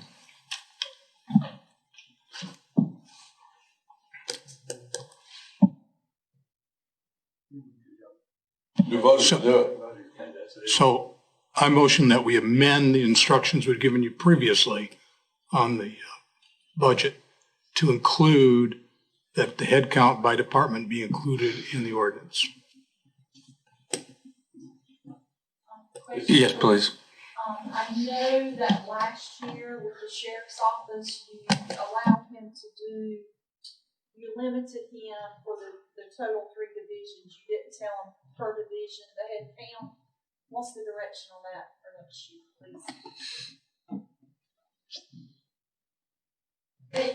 Yeah. The direction on that is it's the total department. You can't tell him what he needs to do. Okay, I forgot. Well, that all may be true, but the dispatching division can be lifted away from him. It was there only by our agreeing to do that, and at one time this board had decided to do that. So, Brian, you and I totally disagree. And you could do that, but the thing with that is the sheriff is still going to want his telecommunicator dispatching his folks, and it's a lot easier to let him do it all than pay for it. Commissioner Jethridge.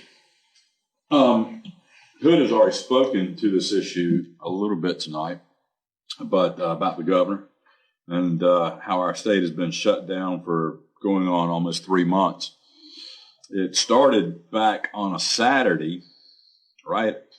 I believe it was about the 8th of March, when he shut down the schools for 2 weeks. Did it unilaterally without the consent or the concurrence of the Council of State. After that, it was just a rolling, cascading, authoritarian closure parade, closing one thing or another, designating what is essential and what is non-essential in an arbitrary and willy-nilly fashion. Still, Beaufort County is not fully open. There are a lot of businesses that don't know if they'll ever come back. It's estimated that 25% of all small businesses will never, ever really fully open again to a point and stay in business. If they do come back, a lot of them will be like zombie businesses. We had a chance to, and we started talking about it in April, that it was an imprudent action by the governor. In May, we had an opportunity to vote for a resolution brought to us by Commissioner Richardson, which failed 2-5. Now it's June, and we're still not open. We talked about we'll be open by June. We're not open. We're not fully open. There's a lot of people still not open. And I think we're in a process where the governor does not want to relinquish control, even though he's beginning to lose lawsuits after being sued. Churches are now opening up, which a lot of us who know the Constitution knew that that was a complete and utter violation of the First Amendment.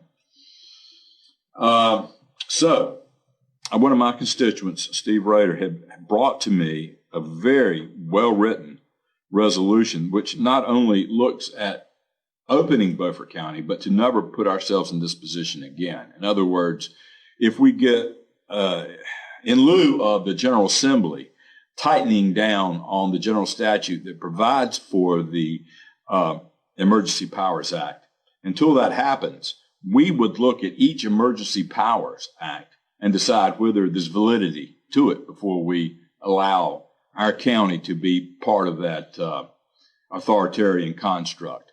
And that's what this resolution speaks to. And I'm going to read it to you, and I want you to consider it, not only for now, but for future, until the General Assembly has a chance to go through and make some changes to the general statute that provides for the Emergency Power Act. Understanding, I want you guys to understand, the governor has no constitutional right to have done what he has done, okay? The only right he has is through a general statute. And the North Carolina General Assembly was out of session when he did this, and he did it rather quickly. And the only way they could come back into session before April the 28th was for the governor to call them back into session.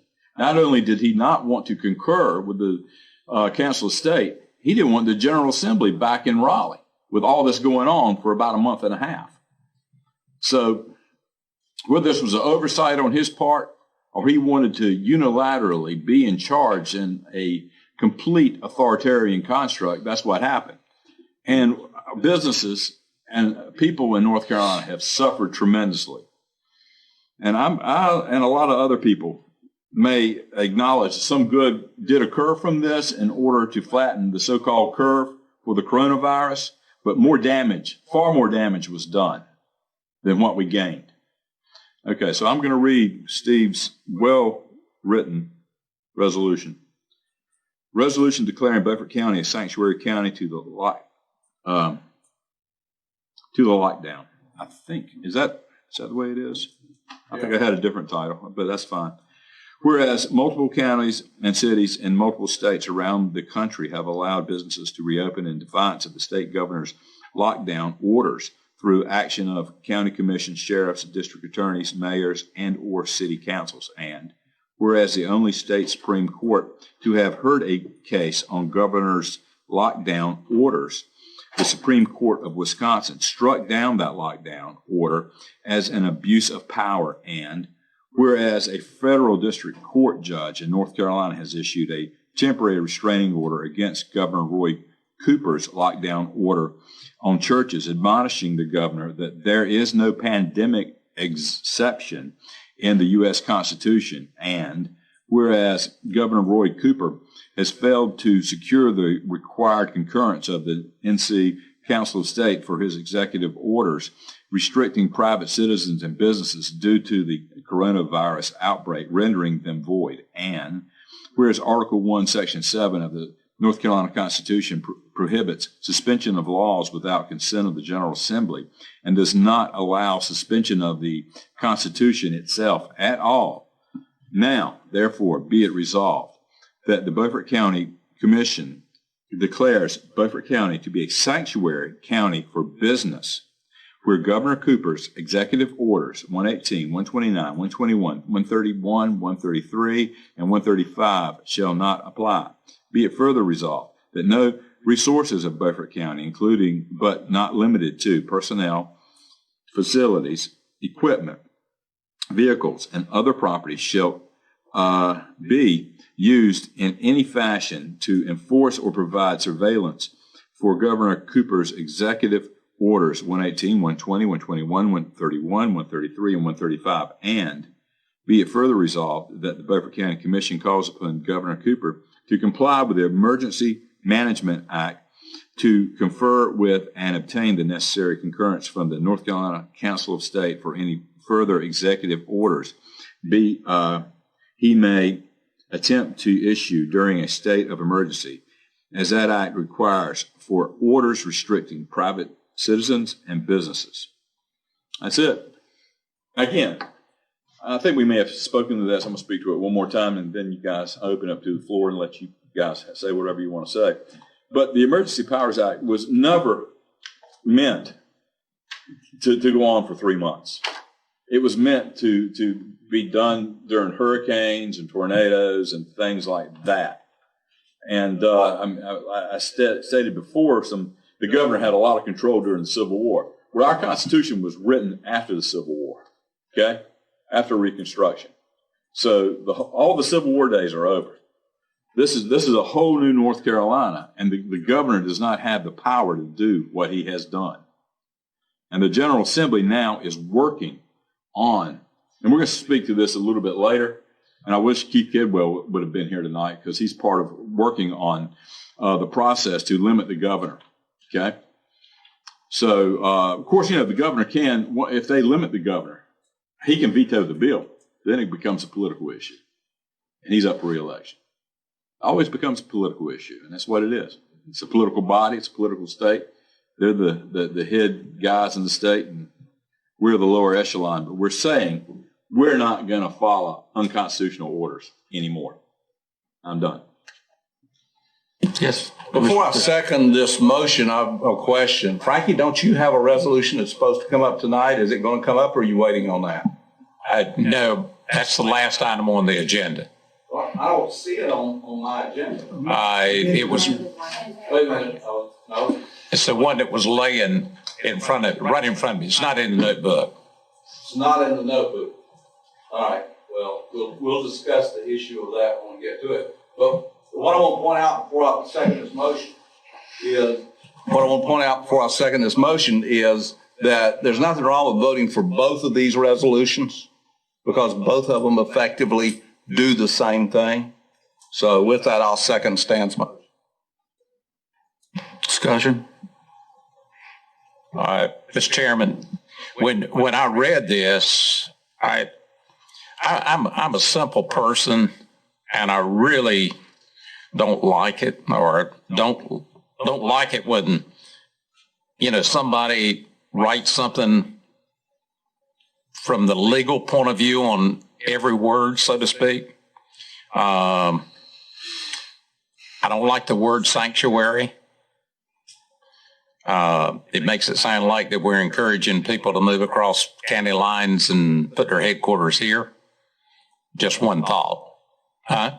Just one thought. That's economic development. Most of these things have already happened. There is a movement to try to change future powers under the executive order. I will not support this in lieu of the resolution I have later. Discussion. Well, okay, well, if nobody else has said, Commissioner Waters, I fail to understand how you can expect us to support your resolution when you refuse to support the same thing. I think you're playing politics with this particular issue, and that's disgusting. It's been up time and time again, and you brought your resolution in on Friday afternoon after all of the items for the agenda were supposed to have been submitted by like Monday or Tuesday so that they could be in the book. So one of the ways to look at this is you're out of order in what you brought in. So you are playing what I call backstabbing politics. Mr. Chairman, I would just call your attention. I think it's just courtesy when you've got a resolution of this much merit that it's not shared with the other commissioner in advance of it being in the agenda. When I picked up my agenda book is when I decided that I would come up with my own. So I take issue with that. Other people have added stuff to the agenda, so I feel like I'm entitled to do it. I'm not going to vote for this one, but I'm also going to vote for mine. So you can call it any way you'd like. Well, I'm probably not going to vote for yours unless something earth-shattering comes about to change my mind. But I would ask the clerk at this point in time, what are the rules on getting items on the agenda? Do you want people running in there at 5:30 on Wednesday afternoon or 8 o'clock on Thursday morning when you're trying to put an agenda together? My recollection of putting agendas together is you should have everything in before Monday morning so that the clerk has time to assemble and do the things that she needs to do. And I think if we're going to get a good job of agenda preparation, that's what we should be doing. Now, I don't know where this is written at this point in time, but I've been sitting here for 23 years and 6 months or whatever, and that's the way that we've always done it. Commissioner Waters saw an opportunity with his little clique to backstab his fellow Republicans, and that's what he has done. Mr. Chairman, I think Commissioner Dethridge, did he not send one in today? Katie? Yes, I did, and I thought we would have to vote on. Bingo. Excuse me, may I answer? We approve the agenda. That's one of the first things we do, and we approve the agenda, which included both. Exactly, but generally what we do in the past is to vote on them. I was shocked when we didn't vote on these items that we were adding to the agenda. We voted for them in toto. We didn't vote for them independently. Well, individually. Commissioner Waters, sauce for the goose is sauce for the gander. If you want to play these political games, what I'm saying to you far ahead of time, that if you play these political games of rushing in at the last minute with agenda items is not wise and it's not smart. But if that's the way this board wants to do business, then I'll be doing business just like you guys are doing business. I encourage the board to set up a rule for getting items on the agenda out of respect for both the management system, the manager, and the clerk. Mr. Richardson, you are so correct in what you just said, and we do have a policy about putting getting them in a certain deadline. I was here when we voted on that policy. Do you remember what it was? I think you got to get in before Tuesday or Thursday before. It's somewhere, I can't remember now, but we do have a policy. And in saying that, all of us, every single last one of us has violated it. I have. I haven't. Yeah. Come on. I have. Now, you ask the clerk. My stuff is in Sunday or at the latest Monday morning because I respect the rules. And to say that I violated is totally wrong, and you really need to take it back and know what you're talking about before you start talking. I ain't going to take it back unless you come up here and make me. Well, one of us is lying then. Mr. Chairman, I'm going to solve this. I'm going to withdraw mine if Commissioner Dethridge will withdraw his, and we'll develop a policy at the next meeting. I think it's great. I can tell you as chairman, and I would think the present chairman, I have no problems, Commissioner Richardson, if we pick a date and we say Monday or Tuesday, and that's it. I'll support you on that. Wait, and I'll withdraw mine tonight. Well, hold on a minute. Are you saying that we'll develop a resolution, say, in the next few days? No, what he's saying is we will develop a policy for putting the agenda together at the next board meeting. Okay. That's what he's saying. I don't want to withdraw this resolution. Yeah, and if he's asking you if you'll withdraw your resolution, if he withdraws his resolution, and that's between the two of you to decide what you want to do. Let me answer that, because I want to speak. I want to speak to the issue. Yeah. Let me let them finish.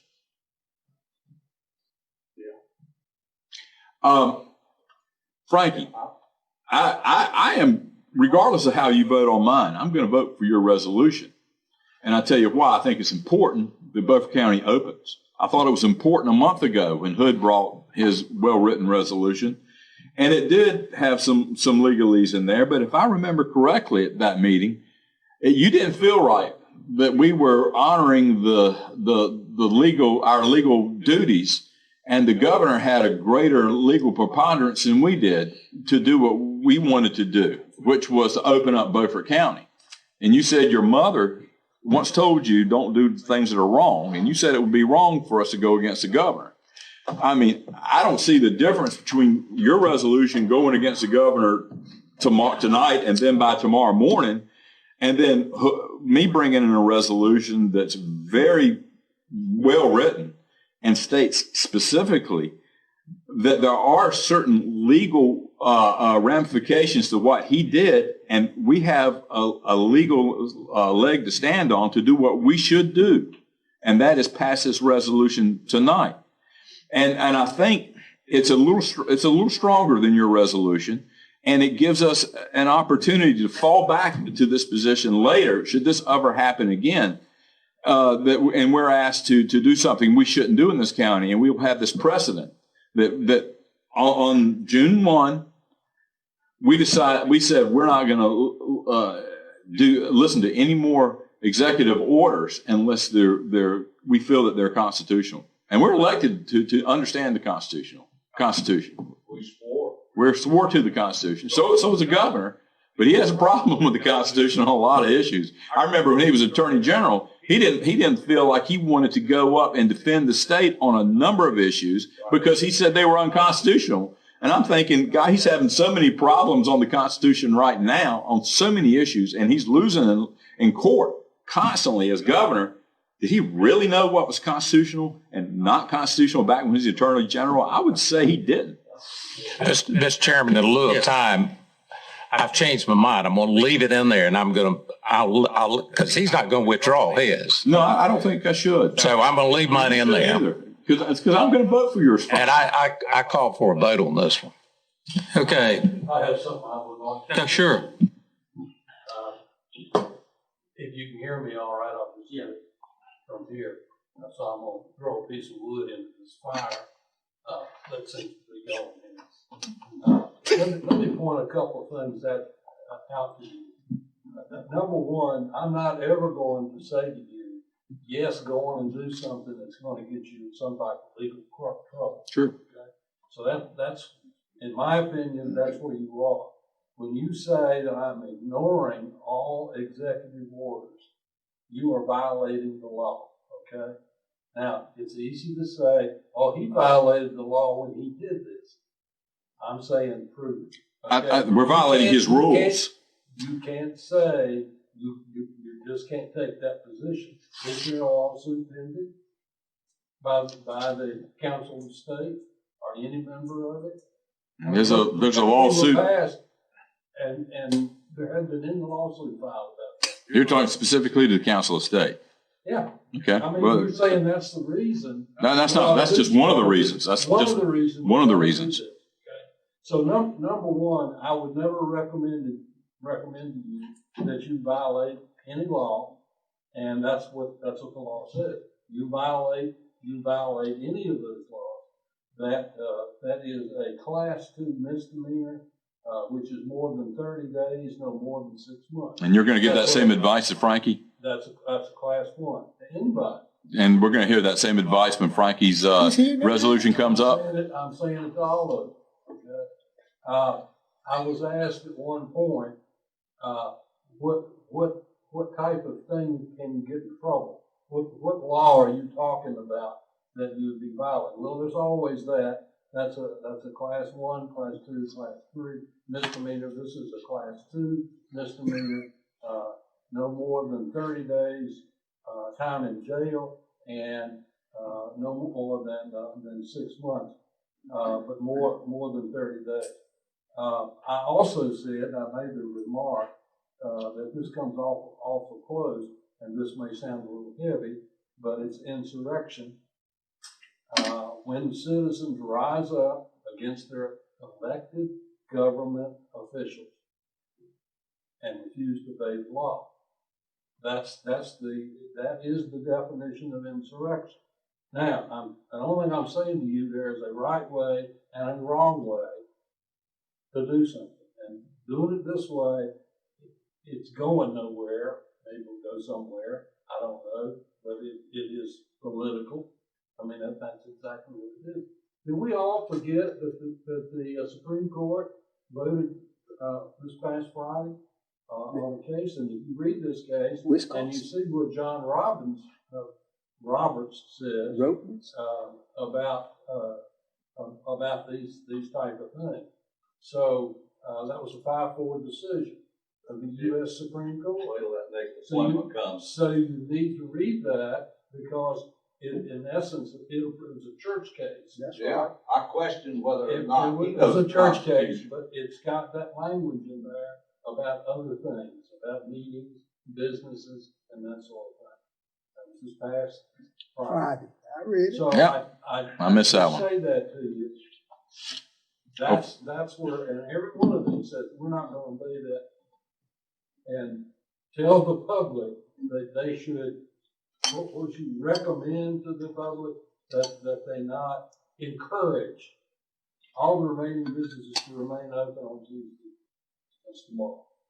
That's all I got to say. So Frankie, it seems like I would be doing something wrong, and your resolution would be telling people to do something wrong too. Yeah, that's what he just said. I'm scared. You're fighting? Time, all right, I'm time to vote. All those. I'm keeping mine on the floor. It's already been called.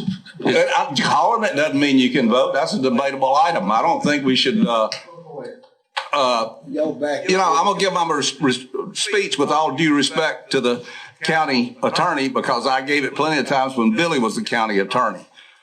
Lawyers give you advice. He told you exactly right. I'm never going to advise you to do anything that I think is going to get you into trouble. And that's his job, is to give us advice. We're dealing with a political issue that the governor has been very careful when he was interviewed. And I've seen him interviewed a couple of times. He's never said the law when he's referred to these things. He said the rules. Now, he made up his own rules. And we're entitled as elected officials to go against those rules, because that's the whole basis of democracy and free people.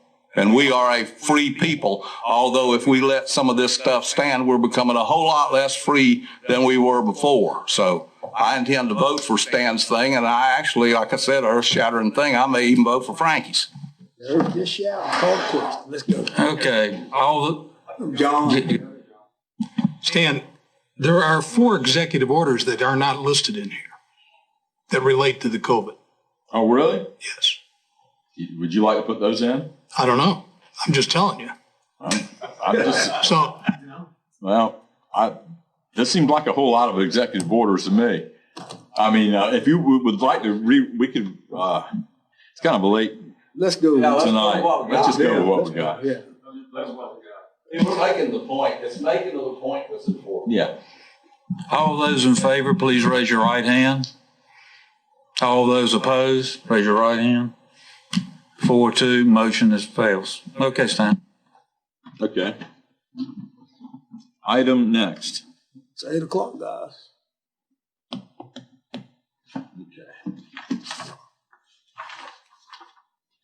Okay, this is one that I got into Katie today because I had no idea this was going to occur until I saw what was happening over the weekend. And I was disgusted, especially when I saw what was happening in my birthplace of Raleigh, North Carolina, when they started destroying Hargett Street, and that started getting really close to home.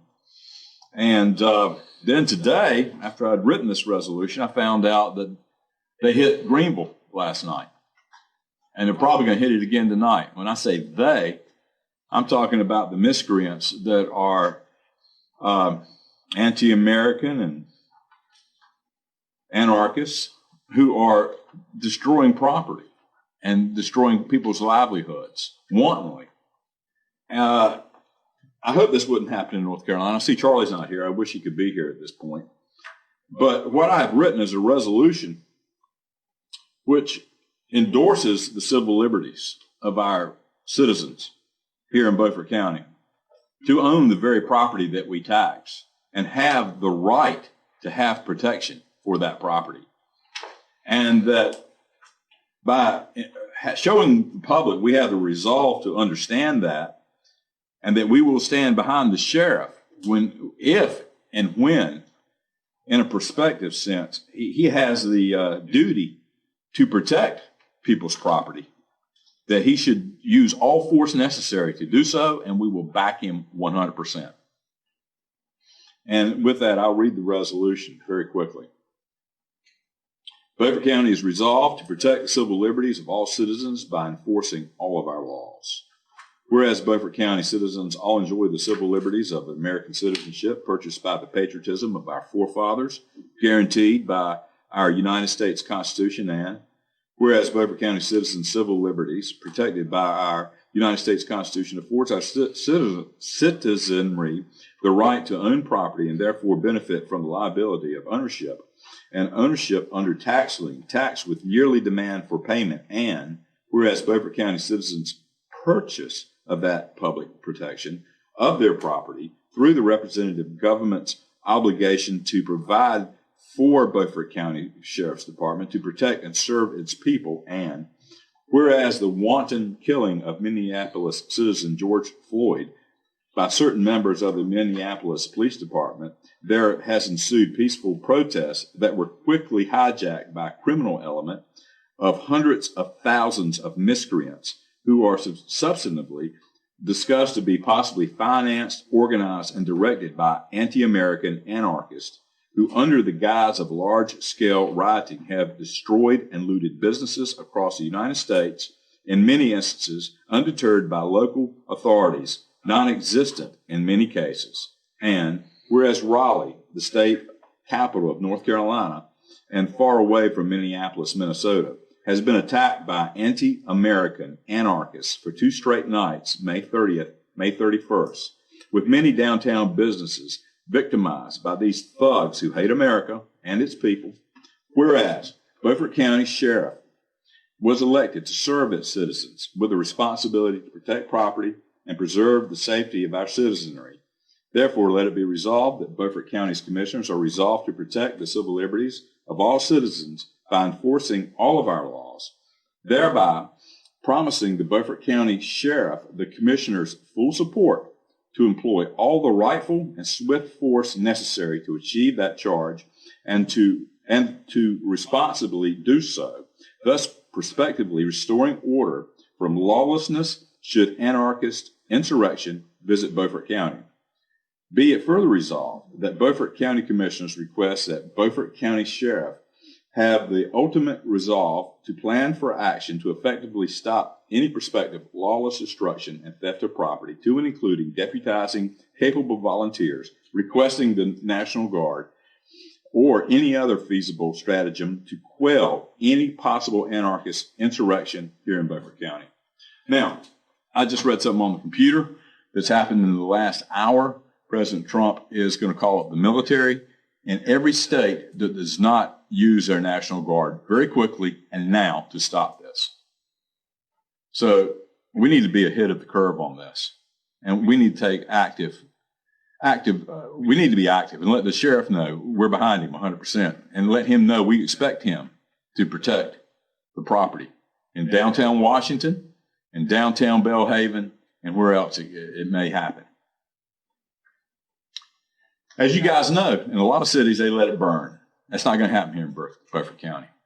Not under our watch. And we have to show the resolve tonight.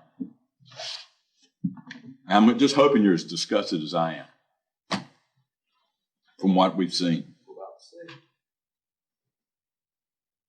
I yield the floor to. Is there a second? Is there a second?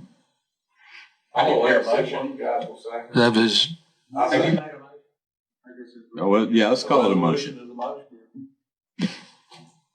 Is there a second? I'll second. Discussion? Mr. Chairman? Yes, sir. All right. Here again, there's some words in here that I just don't like. I can support everything in here except I see that it adds nothing to put in paragraph number 4.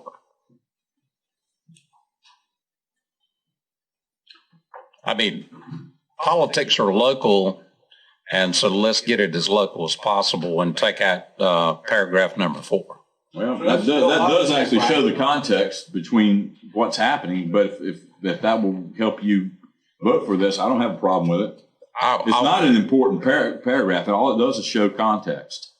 That's why I want to take it out. I mean, it doesn't add anything to the resolution. No, I'm okay with that. I will amend my resolution for your vote. I'll support it if you'll take number 4 out. You got it. Number 4 is gone. I'll second it. Discussion? All those in favor, raise your right hand. All those opposed? Thank you. Can this go to Charlie or it should go to the sheriff? Okay. Okay, the last 2 items, I was hoping Keith would be here, Representative Kidwell.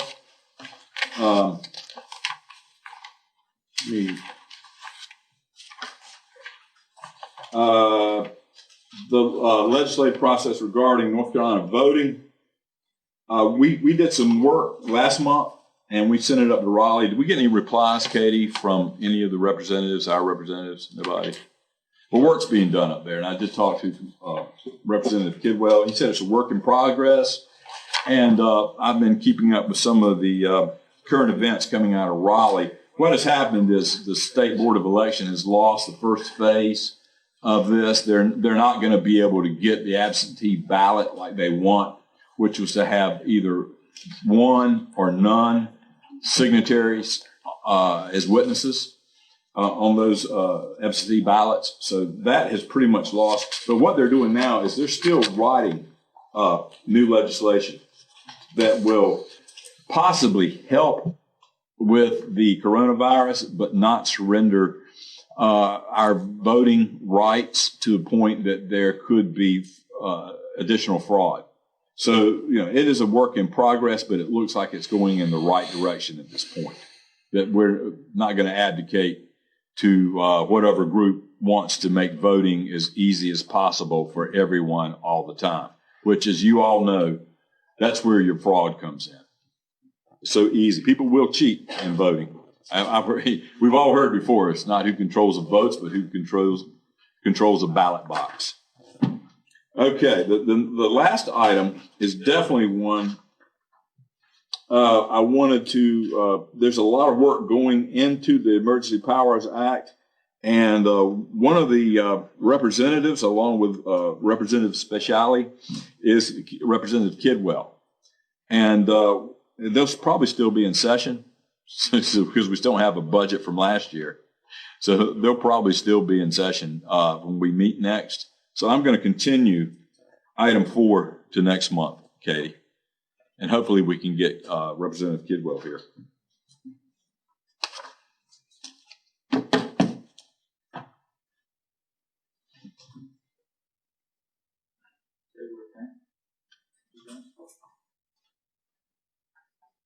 I'm done.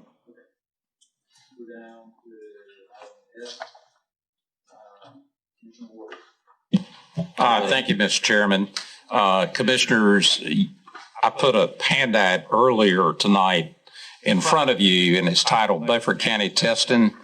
On May the 18th, we had 627 total tests that we had done in Beaufort County, and the positive number was 33. And so the positive to test ratio at that point in time was 5.3%. And the reason I picked that date is that's 14 days ago. And as of yesterday, that positive test ratio was only 3.8%, which is one of the ratios that's been recommended by the Council of State and our governor in Raleigh as a number to watch, because the number of positive cases goes up as you increase your testing. So this is the sheet that I've been watching, and one of the reasons that I'm going to recommend this resolution, I'll read it to you. It's called Resolution to Reopen Beaufort County. Whereas on May the 6th, which was our last commissioners meeting, Beaufort County joined 7 other counties in eastern North Carolina, sending a joint letter to Governor Cooper. It requested local authority in decision-making and to avoid being grouped in a broad-based statewide decision-making model. As of this writing, we have not received a reply. Whereas there has not been an outbreak of COVID-19 in Beaufort County, as evidenced by the data, COVID-19 cases in Beaufort County have totaled, that needs to be changed, to 37 with 0 deaths, and according to our health director tonight, 35 recovered. Currently, the county has 1 active case, and he said tonight that was 2, so that number needs to be changed. Whereas the Beaufort County Commissioners feel the universal application of the executive orders are not exacting untold and necessary damage to the Beaufort County businesses and its citizens. Whereas the governor has ignored our plea to allow counties to make their own decisions on reopening as other states have done. Therefore, be it resolved, the Beaufort County Board of Commissioners encourage all remaining businesses to open, period, striking out the actual date. Mr. Chairman, I move that we approve the resolution. Is there a second? I'll second it. 'Cause I'm going to vote for it. 2 reasons. Let me tell you what those 2 reasons are. Number one, frankly, I believe in what you're doing. That means as soon as we take this vote, people can start opening it up. No. Yeah, that's what it says. And number 2, I want to put you in a position where you can do something wrong and don't feel good. I really don't think I'm doing anything wrong. What I want the public to understand and business owners is that if you hold any kind of a state license, you need to be very careful. You don't want somebody to come in and pull that state license because of the fact you open. So I'm not asking anybody to use your common sense and be smart about this. Don't jeopardize any state issued license that you have, which would be the liquor license. Well, then what are we doing? Are we standing behind these people that open up?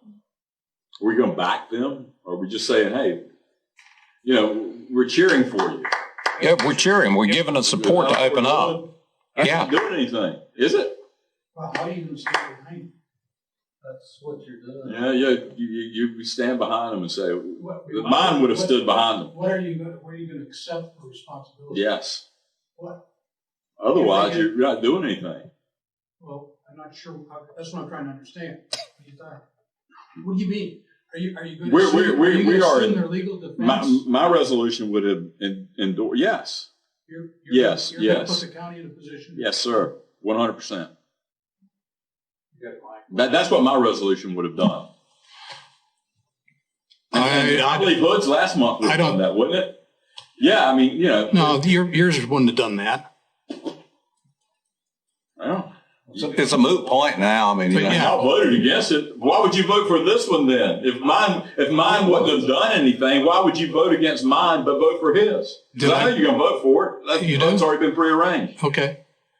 I mean, why? I mean, you see where I'm going with this?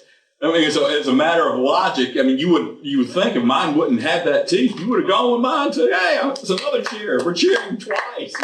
Yay! Yay team! Stan. Yeah. Basically, that's all you're doing. Okay. Why don't you just bring in a good resolution sometime? Well, they're pretty dang good. I thought it was great.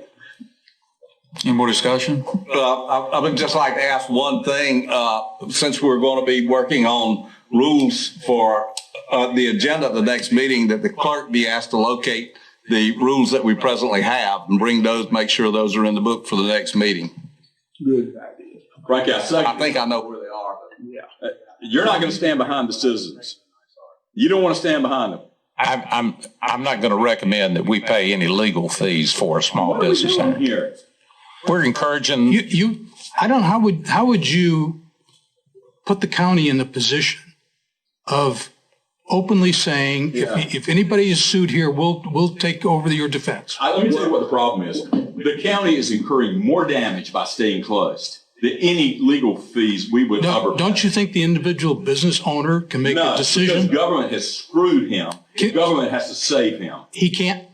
Holy cow. Yes. Oh, yeah. Holy cow. That's the way I feel about it. That's a new tack. Well, yeah. I guess what I'm saying is we need to correct this honorable way an authoritarian governor acts. Okay, so if you give them permission to do that, okay, can't they make their own decision out there? Can't the businesses, don't you believe that they're smart enough to look at the situation and say, okay, I own a bar, I'm going to go ahead and open. Let's just go yay team. Yay team. Okay. Well, otherwise, you're not doing anything. Sure you are. No, you're not. Yeah. What are you doing? You're allowing them to make their own decision. They have that anyway. No, they don't. Not right now. Yes, they do. Okay. They have their own. They can. If we're not going to stand behind them, they can do whatever they want anytime they want. We're not going to prosecute them. We're not at that point. We're not the guys that have to go out there and do that. I would never, if I'm here, never allow the county to assume openly for any possible expenses like that going on. Even if it's unconstitutional. Closing down businesses. That's not got anything to do with what I'm talking about. It does, in my opinion. It's got anything to do with it. What? It's not got anything to do with it. Okay, we just have a difference of opinion, a large one. I did, Commissioner Richards, I withdraw my second. One of you guys do it. I can't go for Yateen. I'm sorry. The comment I was going to make is we've already seen restaurants do something different. Some of them are still only doing takeout. They're not serving people inside of the restaurant. So they're already making decisions. And my thought is the ones that are left, they're entitled to make their decision without us stepping to the table and assuming any liability and paying for any attorney fees if they get in trouble. Well, okay, you guys do the cheering. The restaurants that I have been to is following the rules that we call it. I mean, they're spacing, safely spacing. But if I had a restaurant and we voted tonight, to tell me go out in the morning and open it, whether you voted or not, I'm gonna sue you if somebody take my license. I'm gonna say he told me. I'm gonna do it. Now I'm just being real. He told me. I'm gonna do it. Your team ain't gonna cut it for Booth. It ain't. It ain't, because I'm gonna show enough to hold him liable. If he wouldn't you? That's the other side of the coin, Frank. You gotta take a stand. I made the motion and he's withdrawn the second. I've withdrawn the second. I'm sorry. Why would you withdraw the second? The team's not gonna get it, man. I'm sorry. So I could die, motion die for lack of a second. I'll second. Watch it, guys. Time to vote. All those in favor, raise your right hand. All those opposed? 4-2. Motion dies. Thank you, Hood. I appreciate that. I make a motion to adjourn. Need a second. All those in favor, raise your right hand. We're done. Adjourn. Yeah. Well, okay.